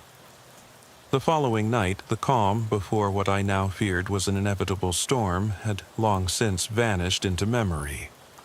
I found myself once again roaming the streets of Westwood, driven by a duty I couldn't escape, even as dread seeped into every fiber of my being. The radio lights blinked in rapid succession as I received yet another call, a distressed 911 report coming in from the heart of Westwood at 0320 hours. A new scene had unfolded at 216 Meadowbrook Drive, an area known for its tidy lawns and carefully maintained sidewalks, a far cry from the dilapidated properties I'd been investigating over the last 2 nights. This time, however, the call was marked with an urgency that sent shivers down my spine. Multiple calls reporting strange occurrences, a possible hostage situation inside a residence, suspect identified as an unknown male, heavily distraught. Over, I acknowledged. Unit 14, copy, en route, though every instinct told me that this wasn't an ordinary domestic disturbance. The backdrop of previous incidents, the haunted whispers on Oak Ridge, the shifting menace at Blackwood, gave this call a weight I could no longer dismiss as coincidence. Arriving at Meadowbrook, I was immediately struck by the eerie juxtaposition of order and chaos. The quiet neighborhood, bathed in the gentle glow of streetlights and the soft hum of suburban life, hid a secret behind one of its pristine, well-kept houses. The address, 216 Meadowbrook Drive, sat incongruously on a wide, manicured street lined with identical 2-story homes. As I approached the front door, my radio repeated the dispatch instructions. Maintain communication. Proceed with extreme caution, 10:33. I knocked, and an agonizing silence followed for several long seconds before the door creaked open. A terrified woman, disheveled and trembling, met my gaze. Her eyes were wide with fear, her face the picture of someone who had seen something unimaginable. "Officer, they won't let me go," she gasped between stuttered breaths, clutching a small child to her chest, as if they were both the only anchors in a spiraling nightmare. I immediately assessed the situation, radioing in clear instructions to backup units. "Dispatch, this is Unit 14 at Meadowbrook Drive. We have a possible hostage scenario. Request immediate tactical team and a negotiator. Suspect is barricaded inside." I repeat, immediate response needed. Over. I gestured for the woman to come outside, her pale face a canvas of desperation and relief as she stepped into the cool night air. The child whimpered softly behind her, eyes darting around in confusion. In a hushed, measured tone, meant to soothe yet command attention, I said, "You're safe now. I need you to get away from the door. Can you tell me what happened?"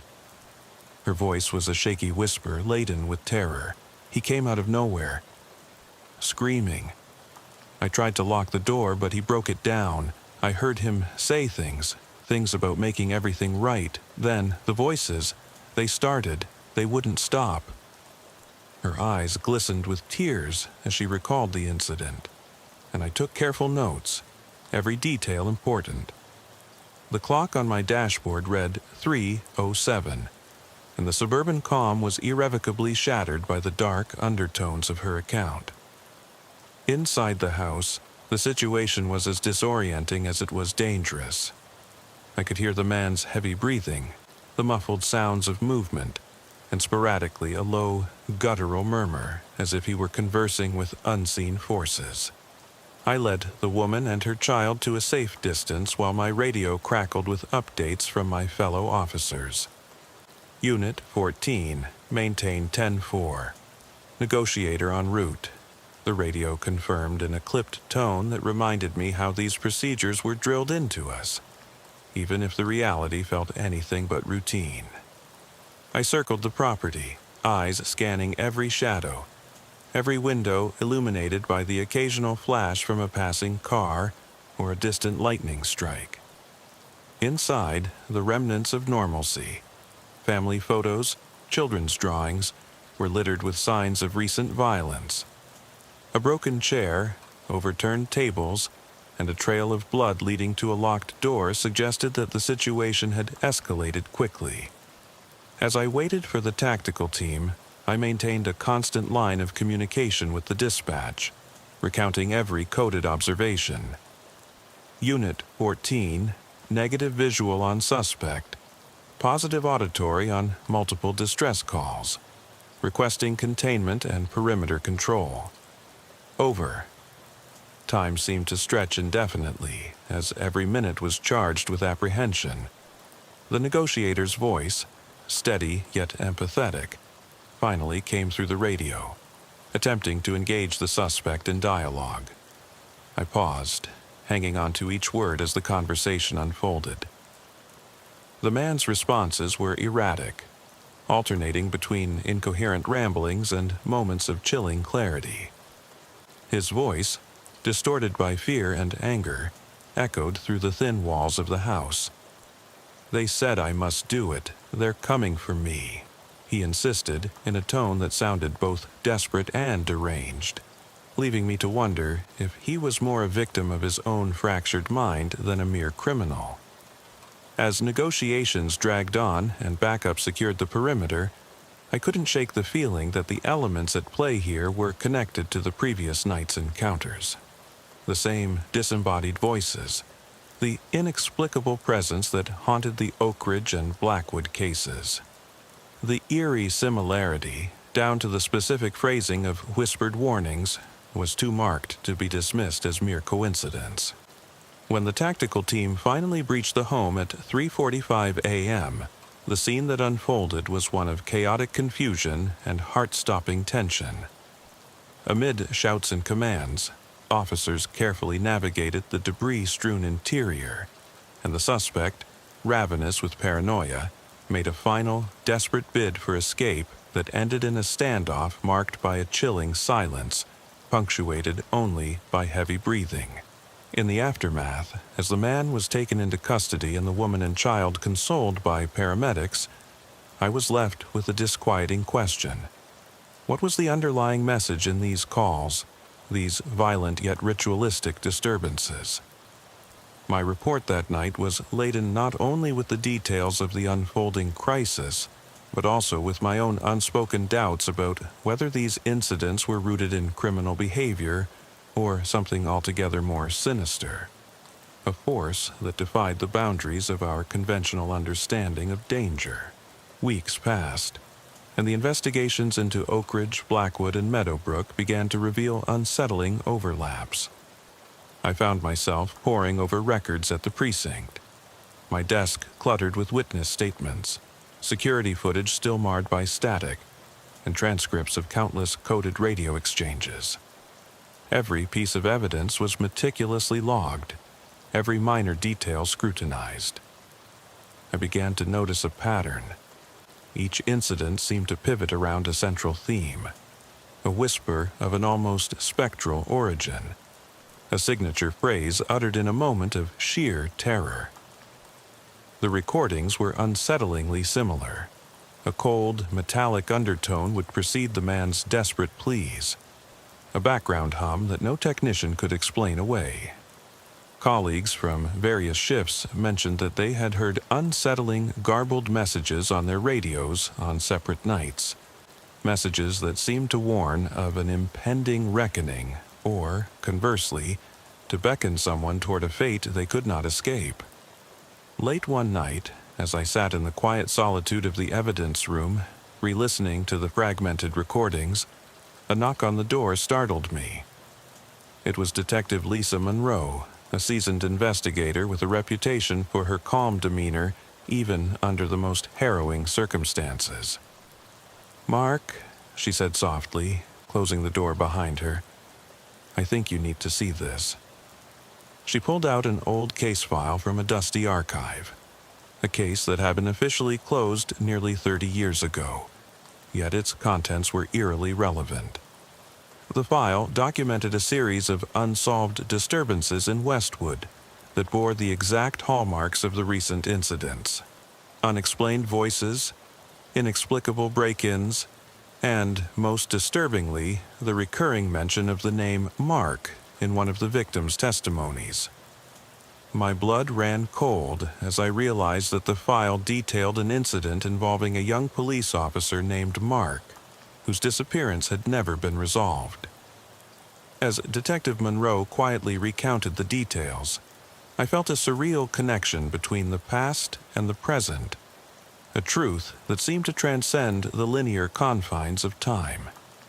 "Maybe," she said in a measured tone that belied the storm of emotions beneath, "these events aren't random at all. They're following a blueprint, one that we may have been unwilling to acknowledge." In that dim, hushed space, as the evidence of past and present converged, I began to understand that the true horror wasn't in the isolated events, but in the macabre continuity that linked them. A continuity that might even implicate people like me in destinies we never chose. By the time dawn broke over Westwood once more, the storm had cleared, but its emotional residue remained. A lingering, unshakable sense of foreboding that I carried with me as I continued my duty. Every call, every coded message on the radio, every whispered warning in the dark pressed upon my mind with an intensity I couldn't easily dismiss. And as I drove the familiar streets, the once routine landscape now appeared fraught with hidden perils. Every quiet cul-de-sac and abandoned lot whispered of secrets best left undisturbed. In the quiet moments between shifts, I found myself haunted by the possibility that what we were witnessing was not the product of a deranged mind or a random act of violence, but something far more insidious, something that had been laying in wait, meticulously orchestrating events over decades, waiting for the perfect moment to reveal itself. Even now, I can't help but ask in the solitude of the night, what if the true horror isn't in the disturbances we report on 911, but in the inevitable reckoning that awaits us all? That question, like the echo of those cryptic warnings, lingers in the corridors of my mind, an ever-present reminder that some mysteries, once uncovered, refuse to remain buried. The final hours of that investigation left me with more questions than answers. A deep unease began to gnaw at me as I attempted to reconcile the ordinary nature of police work with the extraordinary phenomena I had encountered. Amid the logistical reports and follow-up interviews, one element stood out with unnerving clarity: the presence of that haunting, disembodied voice, echoing through the intercom of my life like a dirge for the lost. My once firm belief in the rational world of evidence and procedure had been cracked open, leaving me vulnerable to notions I would have once dismissed as superstition. At a late-night briefing at the station, I found myself alone with a cup of black coffee, as the fluorescent lights hummed overhead, and I replayed the recordings for the umpteenth time.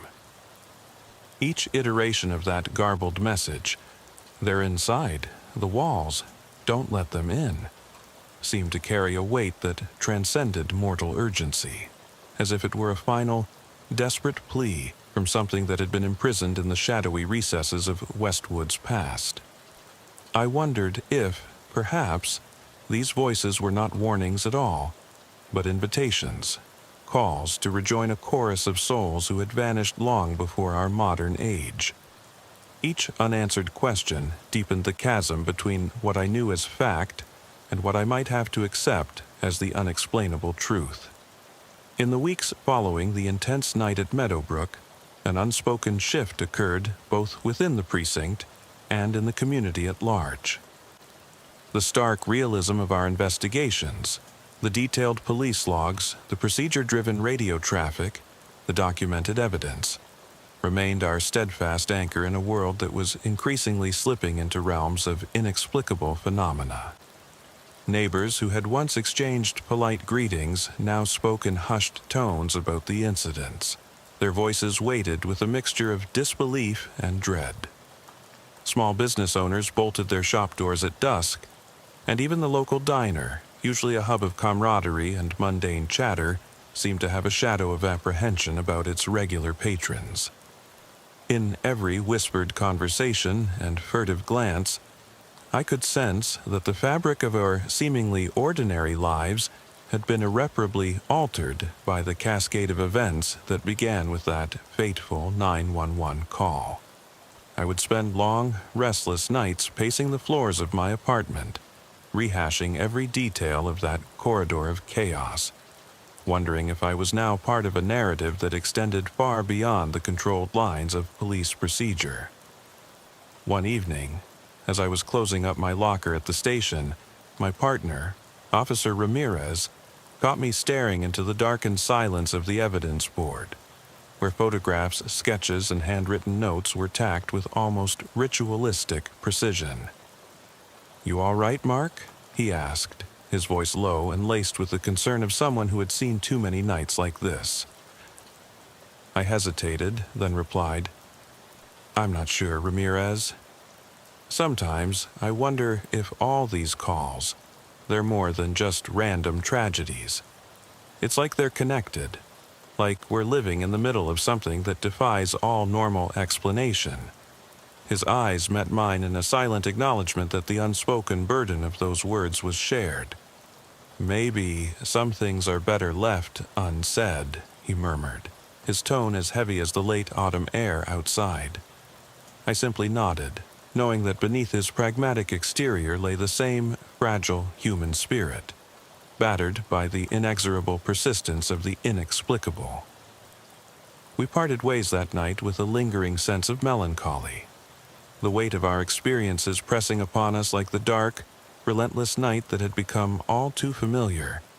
Now, as I write these words in the quiet aftermath of those tumultuous weeks, I can't help but replay every moment. The rain-soaked roads, the urgent cadence of the radio messages, the haunted eyes of the people I encountered, and I am left with an unshakable question. Was all of it real? Was it all a series of unfortunate events compounded by coincidence, or was there something deliberately sinister orchestrating these disturbances? Every time I hear the static crackle of the dispatch, I remember that night when a voice, barely audible through the walls of an abandoned farmhouse, said, "They're inside. Don't let them in."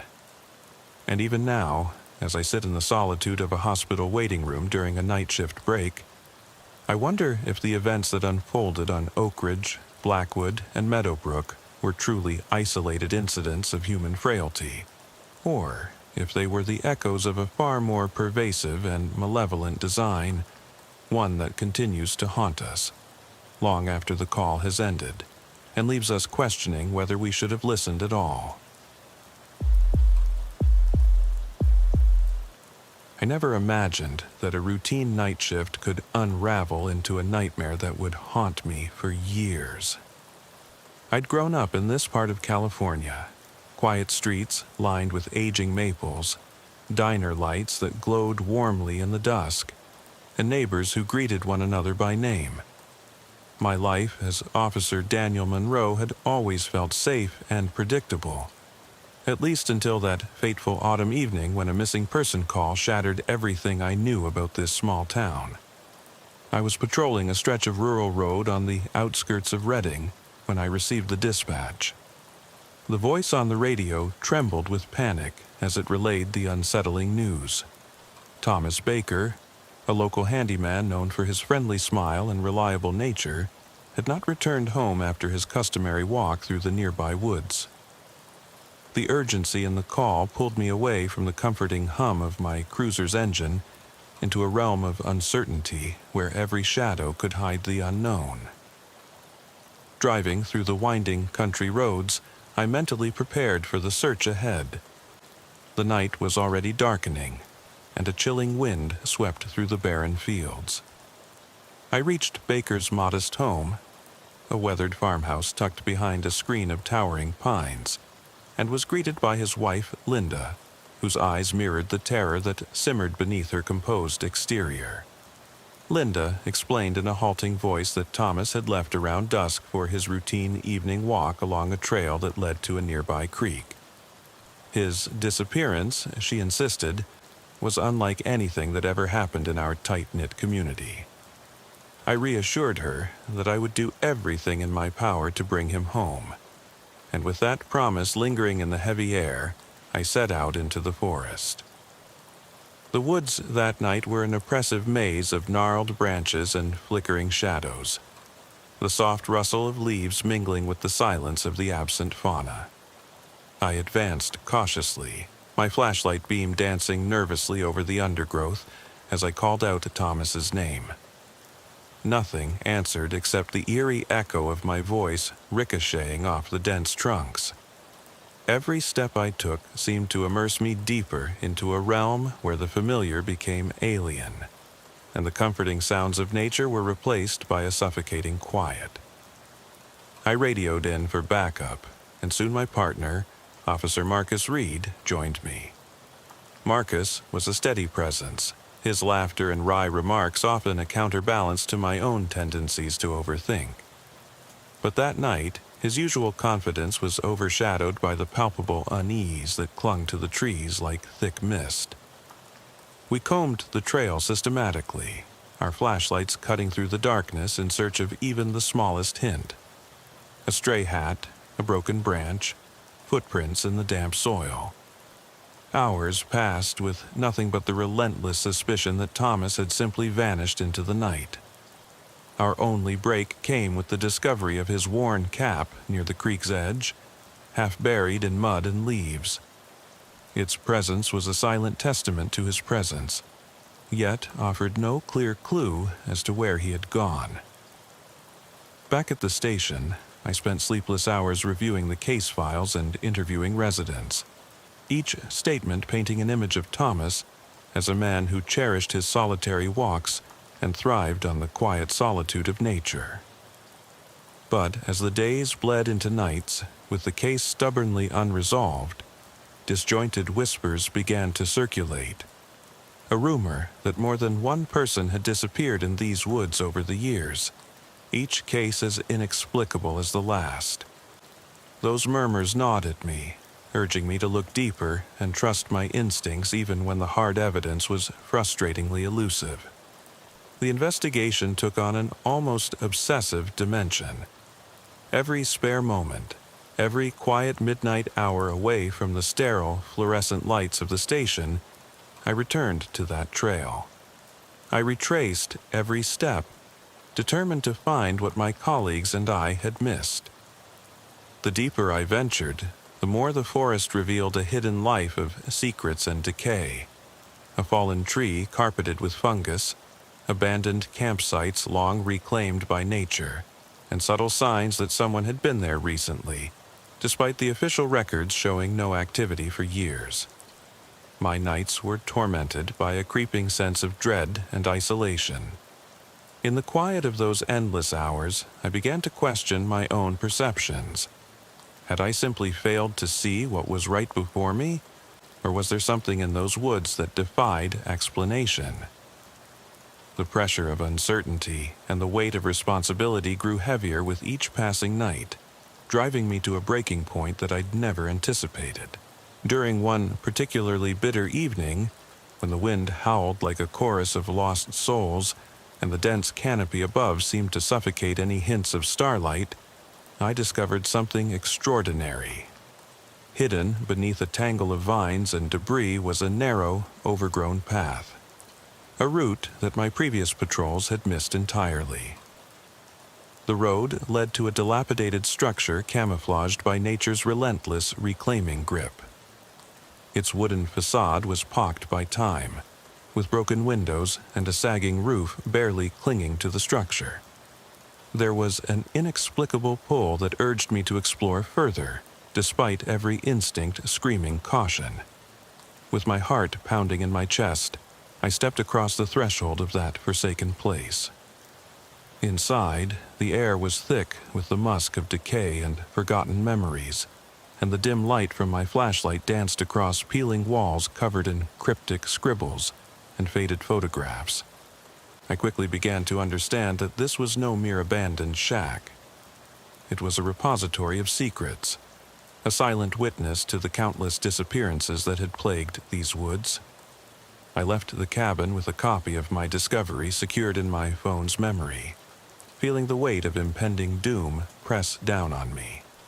The next morning, I briefed my commanding officer with the evidence, but my words seemed to dissolve into a haze of dismissive nods and bureaucratic indifference.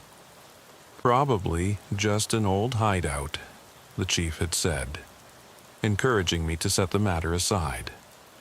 But that night, as I sat alone in my living room with the remnants of an unsatisfying dinner staring back at me through the half-light of a street lamp, I couldn't shake the feeling that something was terribly amiss.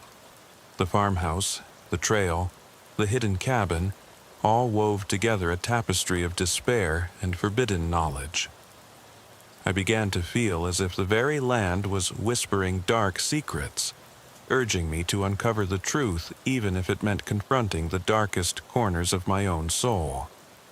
I returned to the decaying cabin once more, this time armed with the resolve of a man who has nothing left to lose. The night was oppressively quiet, the only sound the crunch of my footsteps on brittle autumn leaves. Inside, each creak and groan of the weathered floorboards amplified my heightened senses. I scrutinized every detail: the cracked porcelain of a long-forgotten coffee mug, the layers of dust that obscured once vibrant photographs strewn across a rickety table. In one far corner, beneath a threadbare rug, I discovered a trapdoor cleverly concealed in plain sight. My heart thundered in my chest as I knelt down and pried it open, revealing a narrow staircase descending into a suffocating darkness. With a deep breath and a steadying thought that I owed nothing less than the truth to Thomas Baker and all the others lost in these woods, I began my descent. The stairs creaked under my weight, each step echoing like a mournful drum in the oppressive silence. At the bottom, I found myself in a cramped tunnel, its walls slick with moisture and stained with the remnants of decay. I advanced slowly, my flashlight struggling to penetrate the inky blackness, revealing only a tortuous passageway that seemed to stretch on indefinitely. The air grew colder and more oppressive, as if the very essence of the tunnel was siphoning away my warmth and hope.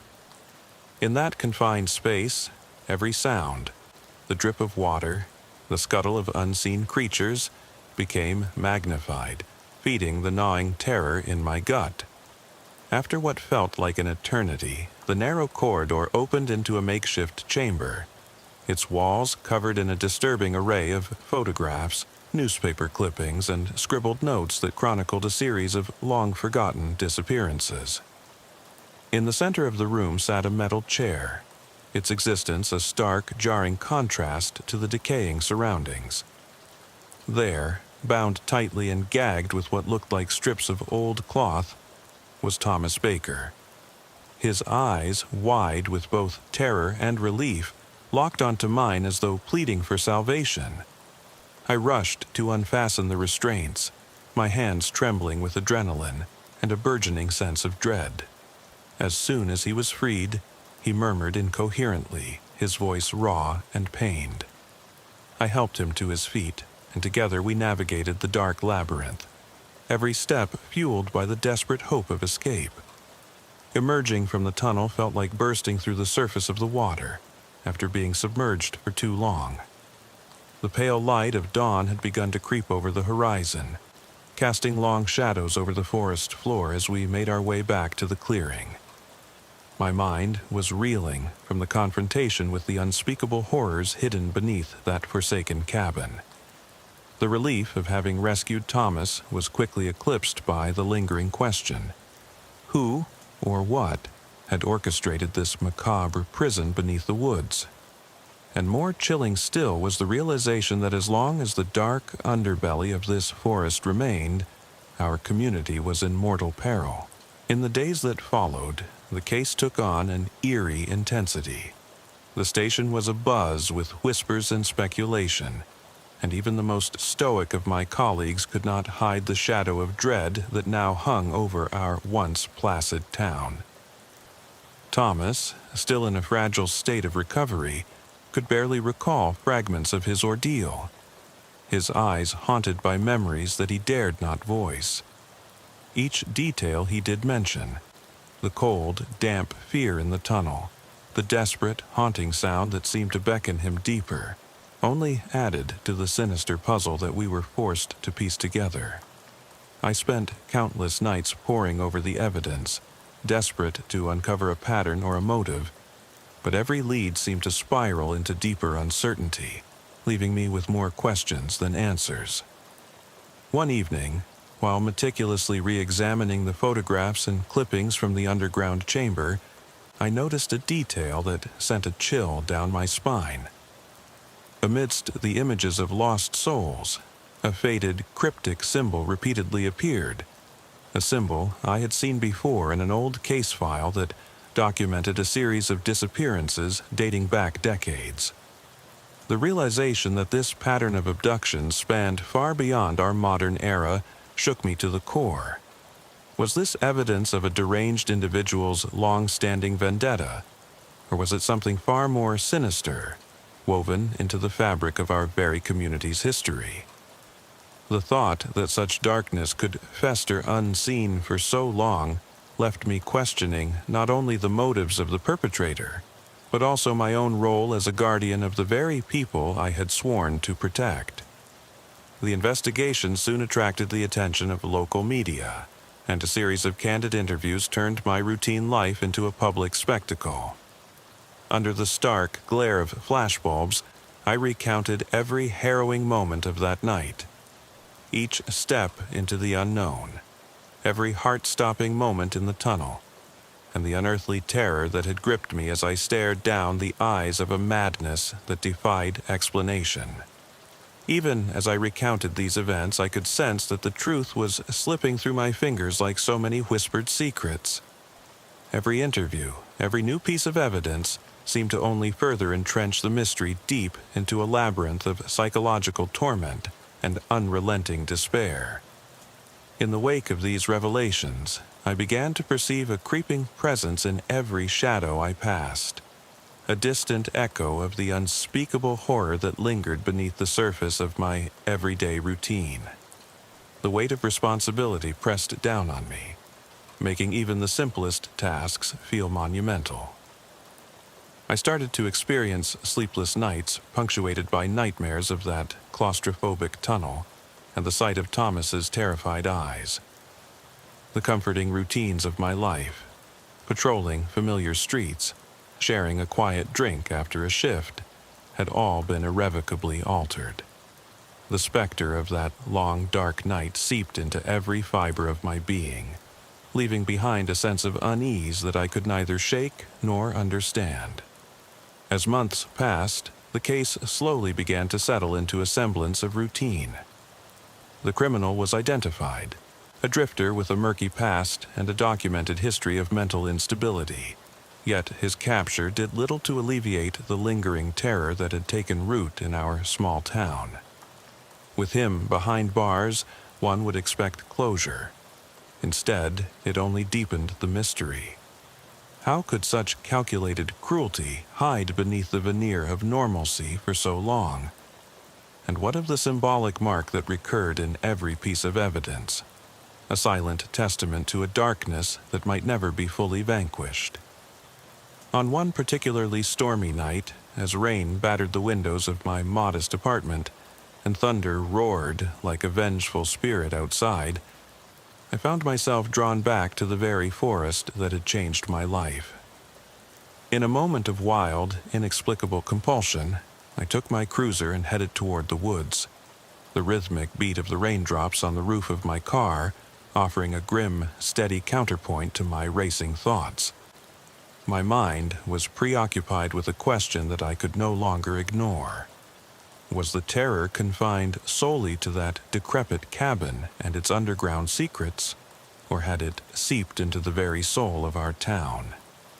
The more I thought about it, the more it became clear that this case was but the tip of a much larger, more insidious phenomenon, one that challenged the very boundaries of my understanding. leaving me to wonder if I had truly seen the depths of the darkness that lay hidden beneath the surface. I parked near the edge of the forest, the engine of my cruiser ticking down as if marking the final seconds before fate intervened. The wind carried the scent of wet earth and decay, and every step on the slick ground filled me with a foreboding that made my hands tremble on my holster. I took a deep breath and stepped into the tempestuous night once more, determined to confront whatever lay ahead, even as the unanswerable questions gnawed relentlessly at my sanity. The forest was no longer just a place of quiet refuge. It had transformed into a living monument to despair and unresolved secrets, a place where every whisper of the wind might be a voice from the abyss, calling out my name. Days melted into nights as I meticulously retraced the steps of that horrifying journey. I interviewed witnesses, re-examined old case files, and even sought the counsel of a retired detective famed for his uncanny insight into cases that defied logic. Each conversation, every scrap of evidence, led me deeper into a labyrinth of conspiracy and twisted fate. I became increasingly haunted by a series of visions, fleeting, barely perceptible images of faceless figures and obscure symbols, while every reflective surface reminded me that the darkness I sought to banish had now taken root within me. It was as if the deeper I delved into the mystery of the disappearances, the more I was drawn into an inescapable vortex of psychological torment and existential dread. There was no turning back. The forest had become a mirror to my own soul, revealing the raw, unfiltered terror of confronting the unknown. In my sleepless state, I began to document every detail in a tattered journal, my pen scratching out the words with a fervor that bordered on desperation. I recorded my conversations with witnesses, my internal monologues during the long drives between case sites, and even the fleeting moments when I felt an unseen presence watching my every move. Every entry became a testament to the relentless pressure I felt, a silent scream against the encroaching void that threatened to engulf me. Yet, even as I penned these accounts, I sensed that there was still more to uncover, a final piece to a puzzle that was as incomplete as it was maddeningly complex.